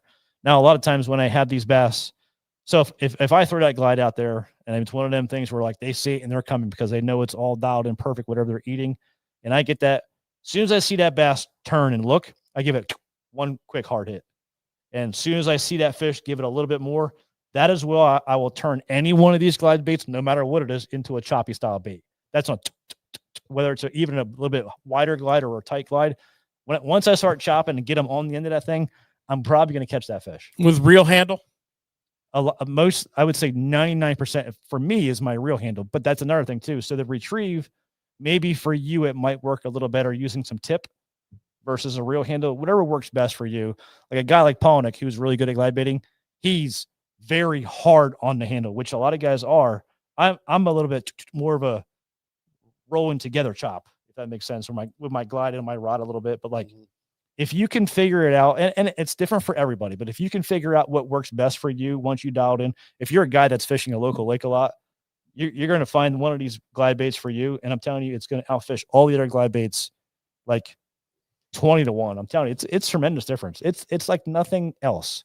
Now that we can see these things, I'm telling you, like the game has changed. Yeah. Got a question from a guy here. Is it a snap, or do you use a split ring, or do you tie direct? So I personally tie direct. I do. I never ever, no matter what bait it was, when it came out in them speed clips, you know, to attach your crankbaits, whatever it may be, I don't think they work good personally. Yeah. I know a lot of these glide baits guys are probably like, oh, you don't know what you're talking about. Well, let's go head to head. Let's see what you got. Yeah. There you go. Yeah. Well, that's something that I've been learning on this, 3 pretty hard years of throwing a variety of them. Yep. Filling them boxes up. Just like, to me, if I was you and I was trying to learn glide baiting and I was intrigued by it, to me, the way it works in my head, all that outside noise that you read and hear, forget about. And just exactly what Greg said on that retrieve. Most of the time for me, I do a combo retrieve. I just kind of give it the old S retrieve, and then about every third of the way in, chop it a little bit if I can't see, just in case there's a follower. Sooner or later, you're going to get some feedback between a color change, a profile change, a retrieve change, and that's it. You are now locked in for a while. You don't have to experiment anymore. Just take that noise out of your head and focus on the accuracy and the quietness of the cast, and then experimenting with those retrieves. I do think lobbing a hand grenade out there and having it splash down like a duck just got shot out of the sky is not good. I try to thumb my spool down and kind of lay it in the water a little more gently. Yep. For less concussion. Yeah, there's a lot of the fish I have cast that if you get a bad cast and even if you're down deep 15, 20 and it splashes really hard, a lot of them get turned off instantly. There's been times when some have ran to it. There must be a lot more fish falling out of the sky from birds carrying them than we think about. Seriously. I'm being serious. It's pretty crazy. Well, Greg, it's funny because back in the day, we used to do a type of fishing on the Susquehanna for smallmouth, which you've been with us many times. In low water, we call it the splash and crash. And it was purposely taking a spinnerbait and lobbing it as high and as far as you can throw it and having it smash down on top of like one of the rock ledges that the river's so famous for. And you would know real quick if that was a retrieve, because that splash, turn a handle fish. Sometimes you'd even see wakes coming through the water as they're intercepting it. So it's the same thing with this. Picture this, crashing down. It's either going to, in my opinion, most of the time, spook the fish, but every once in a while, you'll have that drawing power. For sure. Hey, one of the questions I always think about, and Mike, you brought this up a few times, where you're throwing a big glide bait like this and you have followers. What do you do? They follow it to the boat. Are they catchable after that? What do you do for those fish? So I have noticed, and I'm telling you the truth, everything I'm telling you guys is straight up. Well, I have noticed that, like, if I'm getting fish that are following, something is not right. There needs to be a little change on that color or whatever it may be, or profile, because like I have dialed this in too many times now to tell you that like it's just I'm working it wrong. I'm not working it wrong. It's something is off. It's something they're getting on top of. Dude, when these bass get on these baits, whether it's a minnow, a jerkbait, or a glide, they're putting their eyeball right against it. And they're freaking looking at it. But for that fish to swim around the front of that thing and eat it, it's perfect. So like what I'm trying to get across more than anything is you got to buy a lot of these damn things, like anything else in this store, unfortunately, to really rotate through this stuff and figure out what I'm trying to tell you. What I'm trying to tell you is you can get them on a glide. I don't care what conditions are. If you have the right bait, they are going to bite it. Yeah. Yeah. Color, shape, size, length. I would say, if I'm going to tell you to like I said, if you're going to buy one, the reason why I believe this is also such a good bait off the market, because I believe it's right in the middle of the road. It's the right profile. It's not too big. It's not too small. Most bass and most lakes are eating shad this size. Yeah. You know, I got one lake that it's an awesome glide bait lake. I cannot catch them on a 9 or 10 inch glide. I can't. They just won't bite it. They won't come up to it. They won't do nothing to it. But if I go down to small to medium, I catch them every time. Big, I'm talking big ones too, not small ones. Yeah. So there is a time and a place for a big giant glide bait of 9 inch. 100%. And it's per body of water. But I will tell you this, you know, if I was going to give you one, if you're new to glide baiting, I'm gonna give you a condition where, like, if you're not scoping, you just want to go gliding. I have come to find that the nastier it is, the better they bite a glide. Yeah. Windy, raining, carrying on. Sleet, it don't matter. That's you want bad conditions. If you want to get in glide bait fishing, you want to catch some bass on it your first time, go when you shouldn't be out there. Definitely had more bites in the bad weather than I did in calm days. But that's what I'm trying to say. So then most of your days are calm to nice, you know, or just a nice day. And that's where I'm trying to tell you that profile, size, shape, and color can be dialed in on them days to make them fish bite. You know, late in the fall, and I'm going to reference the Northeast here because it's where we're from. So when I say late in the fall, I'm talking about Turkey Day and early in the spring. And when I say early in the spring, I'm talking early April. So Turkey Day and Easter are two of the best times to target giant fish on big glides in waters with gizzard shad, because you'll notice, and I don't know what's up with the gizzard shad, why this is like this, but you'll notice in the fall, when that water gets cold, they gather. They gather. They look different. The slime, if you ever snag one, the slime is just pouring. I think they're getting ready to die. I think it's like the water temperature's getting them. They're huddled up. You will catch giant fish on big shad imitating baits. And it doesn't necessarily have to be a glide bait. Again, early spring. And we call them mud shad. They're just that nasty. That's what we call them too. Yeah. Early spring, same thing. Yep. You'll come across these shad that made it through the winter that were like in the last year of their life, their biggest breeder shad there are. Giants. And if you ever catch a fish that ate one of those things and you see that tail hanging out of his throat, it's amazing that they can even eat it. It is. To throw, this is a small glide bait. It is small. This is a small glide bait. This is like, this will work in that situation, but that's the situation around here where those big baits really shine. Not the only situation, but peak. That's a peak situation that I'm learning. And those baits require a bigger rod. You know, I don't know what you're throwing, but, you know, I'm on those real big baits, which I don't throw a lot of. I'll be honest with you, I really don't like throwing them. I throw an 8-foot double X heavy, that rod you turned me on to several years ago, the X Pride that you punch hyacinth with. That's a great big glide bait rod. Yeah, I've changed since then. Now I'm throwing an F5. It's called. One of my buddies told me about it maybe a year ago, and I ended up I got 2 of them now. It's built for it's a glide bait rod. It's built for them. I think it hands up to 8 ounces or something. But that's the other thing too. So like you got to kind of like, you know, put in perspective here too. This bait's I think 2.5 or 2.7. Yeah, you don't ounces. need a big giant rod. You don't need a giant rod for that. And you can overpower these glides or underpower yourself with the rod. You have to be careful the way you do it. It's just glide bait fishing is a built arsenal. You have to build the arsenal to be a glide. You do. So it's not like a spinnerbait rod where you can throw 5 different techniques on one rod. This is more specific for sure. Yeah, I've been throwing these size baits now. I've kind of narrowed my rod choice down to one of my favorites. It's called the Spro KGB rod. And it's an American-made rod that was made for this bait. Yep. Shimano came out with their Outlier series. Yep. I believe it's a 7.9 heavy, is I believe the model. Very nice. And what's nice about it is this is kind of on the low end of its range. So I can also throw, a 6-ounce bait on that rod, an 8-ounce bait on that rod, but it's got enough flex to throw this bait. So I've been trying to like realize that you don't need, it's like muskie fishing. We don't need 8.5 and 9-foot double X heavy rods for catching muskies.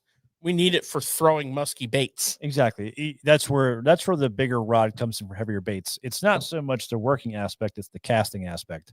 That's where you need a bigger rod. Like a Hinkle shad, they're like 6 or 7 ounces. It takes a pretty good solid rod to throw that thing. It does successfully. Yeah. So, and line wise too, for the most part, I stick to 20. Yeah, me too. Carbon to most. I mean, I'll go down a $15 smaller glide or 25 on a really big glide, but like 20 is a good middle of the road to get you by on most of the glide baits. 20-pound quality fluorocarbon is some pretty bulletproof line. Yeah. And it has shock resistance. When you're casting a bait like that, you're kind of stretching that line on that cast, and then it's recoiling back to its original self. But that launch, that shock is hard on line. So I found I can spool my glide bait rod up in the beginning of the year and fish the whole season on one line fill. For sure. Me too. Yeah. I run the 300 Corrado and the 300 Tatula, fill it with the 20 Sunline Sniper, and I've never broken line ever. Yep. I mean, there's a lot more to it you can talk about too. I've noticed too, like some of the, and this is per company, some of the baits I have noticed that like if you put the wrong hook size on or different companies, sometimes whether it's a longer shank or heavier, sometimes it'll make the baits, if you're working it a little bit faster than normal, sometimes it'll make that glide roll, and when it rolls, you hook your line a lot of times. So you got to be kind of like conscientious of that too.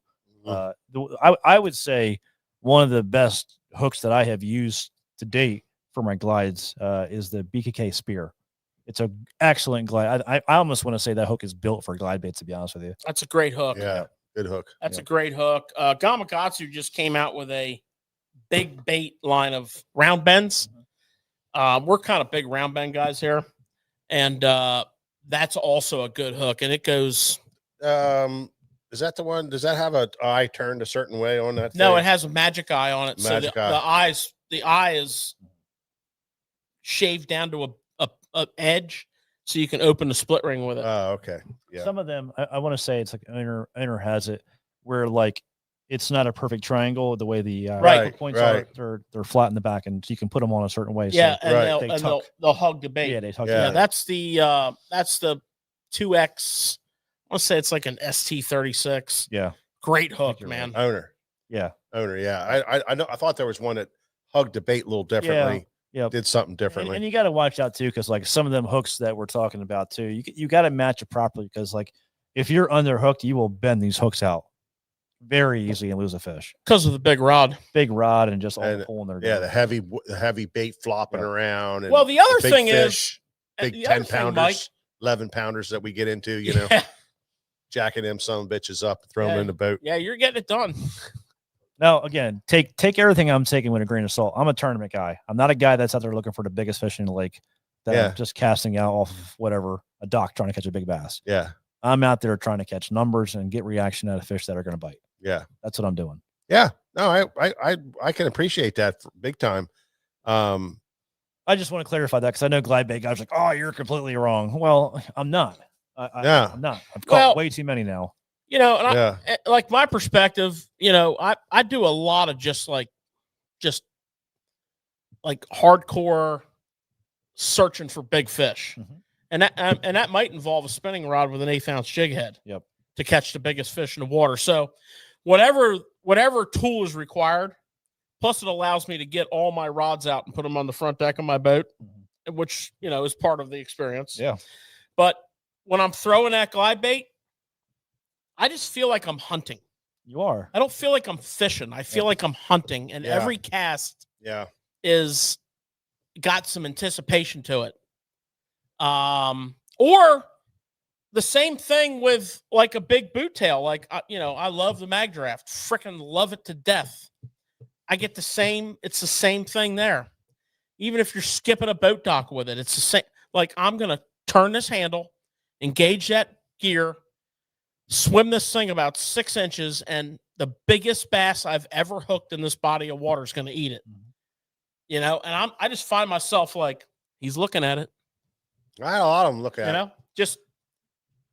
It's just My problem with that it's an freaking excitement sport. level there, you know, Yeah. that I think goes with this type of fishing also, which I think draws a lot of people into it. So I know it, to me, I'll tell you something that I've learned about like a mag draft style or a Kitech style. They're almost baits that I don't want to use scope for, because they're the kind of baits that the best part about them is just keeping it the same the whole way back to the boat. That's when they're going to bite it. But if you're watching it, it almost makes you mess it up a little bit. Where the glide's different for me. The glide's like I want to see how they're reacting, you know. But yeah, you're shaping that retrieve on the glide, and that's a really good point. You made a couple good points. That's a solid point there, because the mag draft bait, if you watch a mag draft swim through the water, the head's swimming, and when that head's swimming on a slow, steady retrieve, that's when they that's the bite pattern. destroy it. Yeah, that's the way you like it. Yep. The biggest thing I learned on mag draft, though, Mike, do not set the hook when you feel a hard strike. Just keep I turning know. the handle. I Until she know. loads and pull. Even George, the guy who caught like a million fish on him I miss fish every day. all the time. Every He's like, day. son of a damn it! I know better. You know, than that. sometimes when that first strike, Problem is they ate it. Sometimes on that first strike, they just straight up ate it. You know that. But a lot of times they don't. and same thing with a boot foot. Just a little boot foot like this. When you're winding this thing in and you get that beautiful tap, that toom, just keep turning the handle. Don't do anything any It different. might only be a half a turn. Yeah, the problem with the big baits is there's so few bites that when you're throwing it, and you do get that dunk, your reaction is to set the hook, and it's like so hard. It's worse than a topwater bite, where you get the kaploosh, and you got to let it go for a second and then set the hook. And that's like easy to me, but with a glide bait or a swim bait, you get that dunk, and you want that, that dunk. That's what you want before you set the hook. Yeah, you want the pullback. Yeah, You want the load. and it's when you're throwing them things for a long time and not getting bites, and you get that bite. I mean, it's hard to do, harder than any other bait that I've ever fished. Yeah. Honestly, I would say in the last 2 years, and this is probably a crazy number to most people, but like in the last 2 years, I bet you I've had 5 days out of 2 years where I've caught 30 plus a day, for like, if you add them all together, 30 plus bites on a glide in one day, 5 different times at least, if not 40 bites.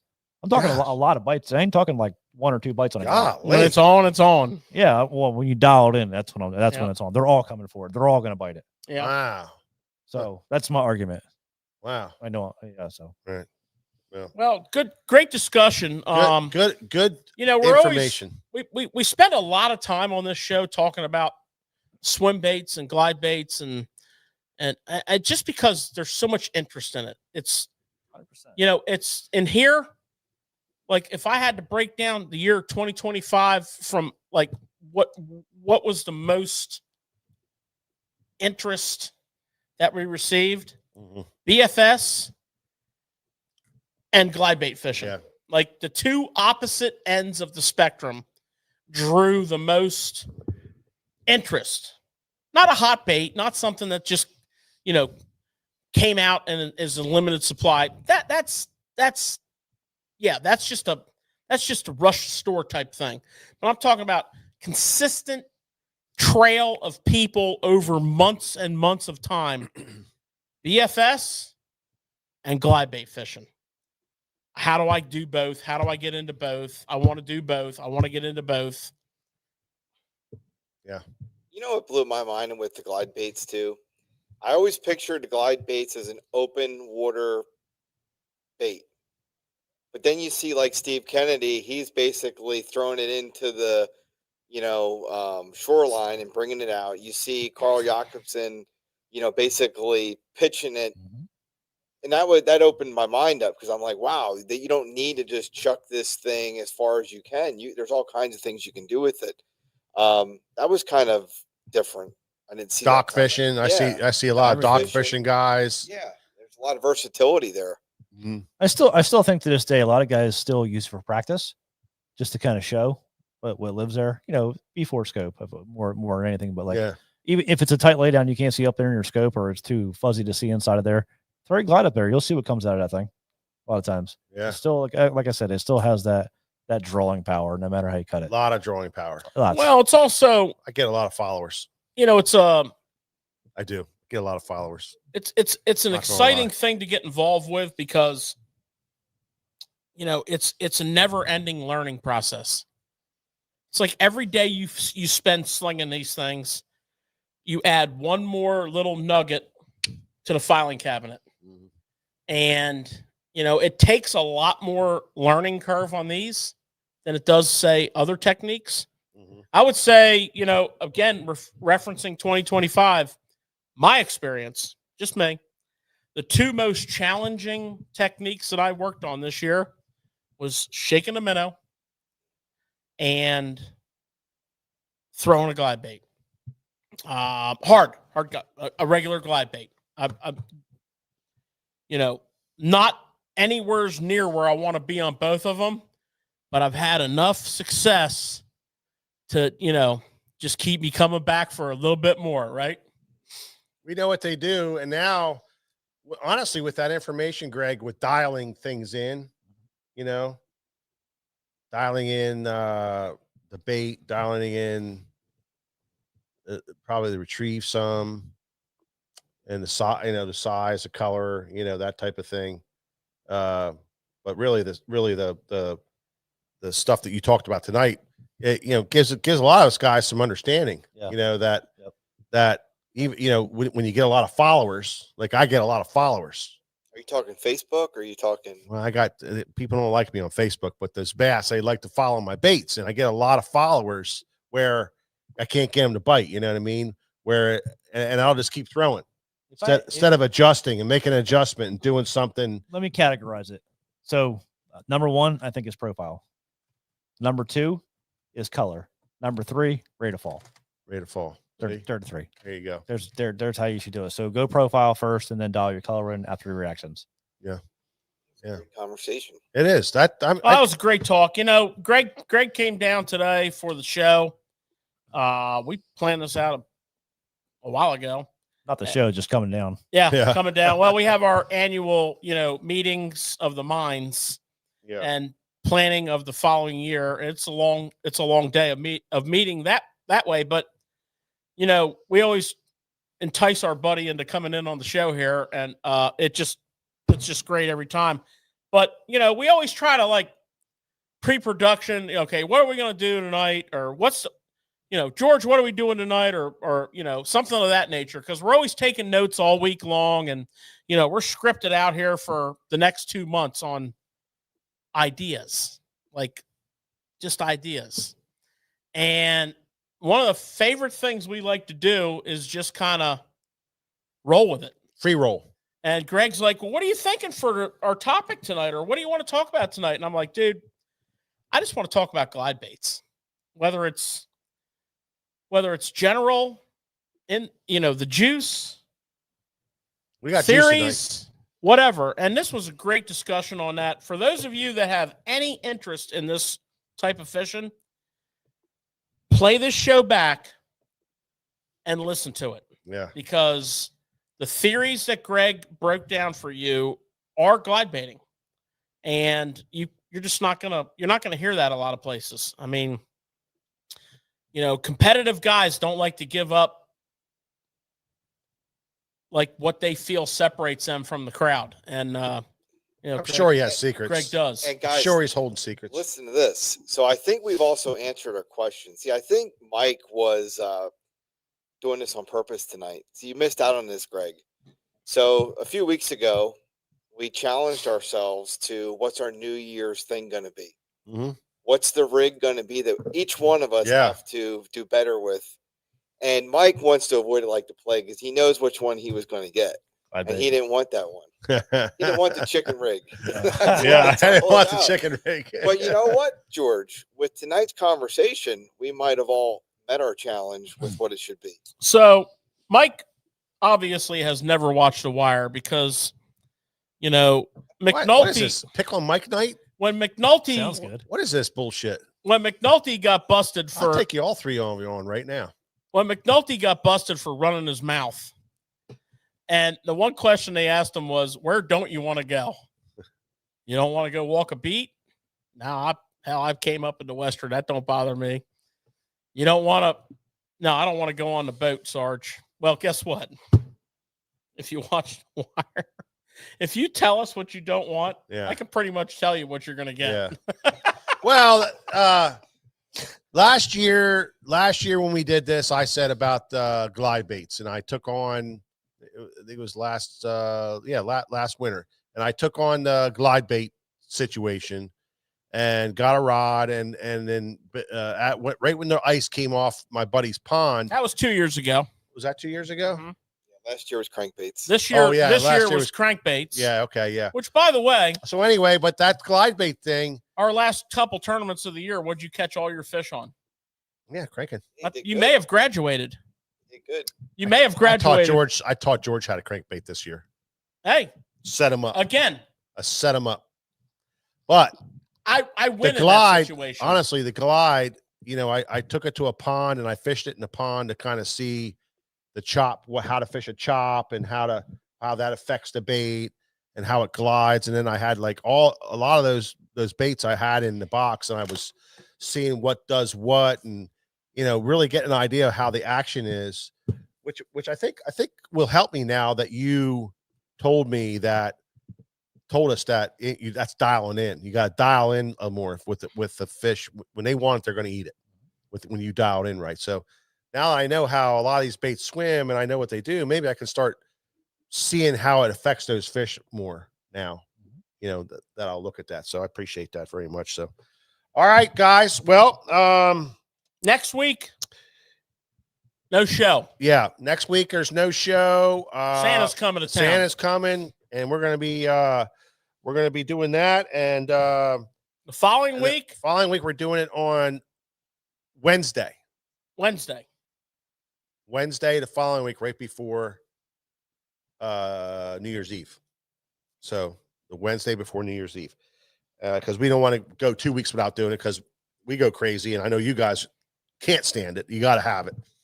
But anyway, Greg DePalma, thanks for coming. Anybody who wants Greg's hats, you can call the shop to get the new ones.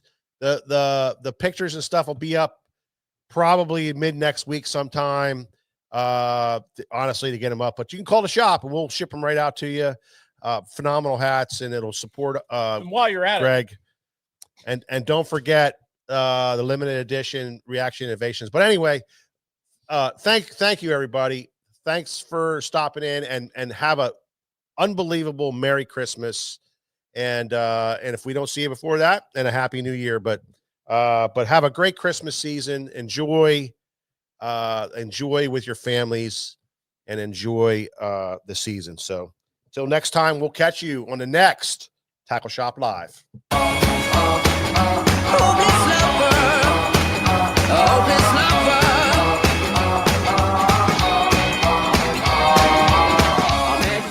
Sunny day, right there you took my breath away. Young and pretty, was it just a dream? The next day you called me up, you told me I'm your little buttercup. You came over and you fell into my arms. Well, I know what I feel. Please tell me your love is real.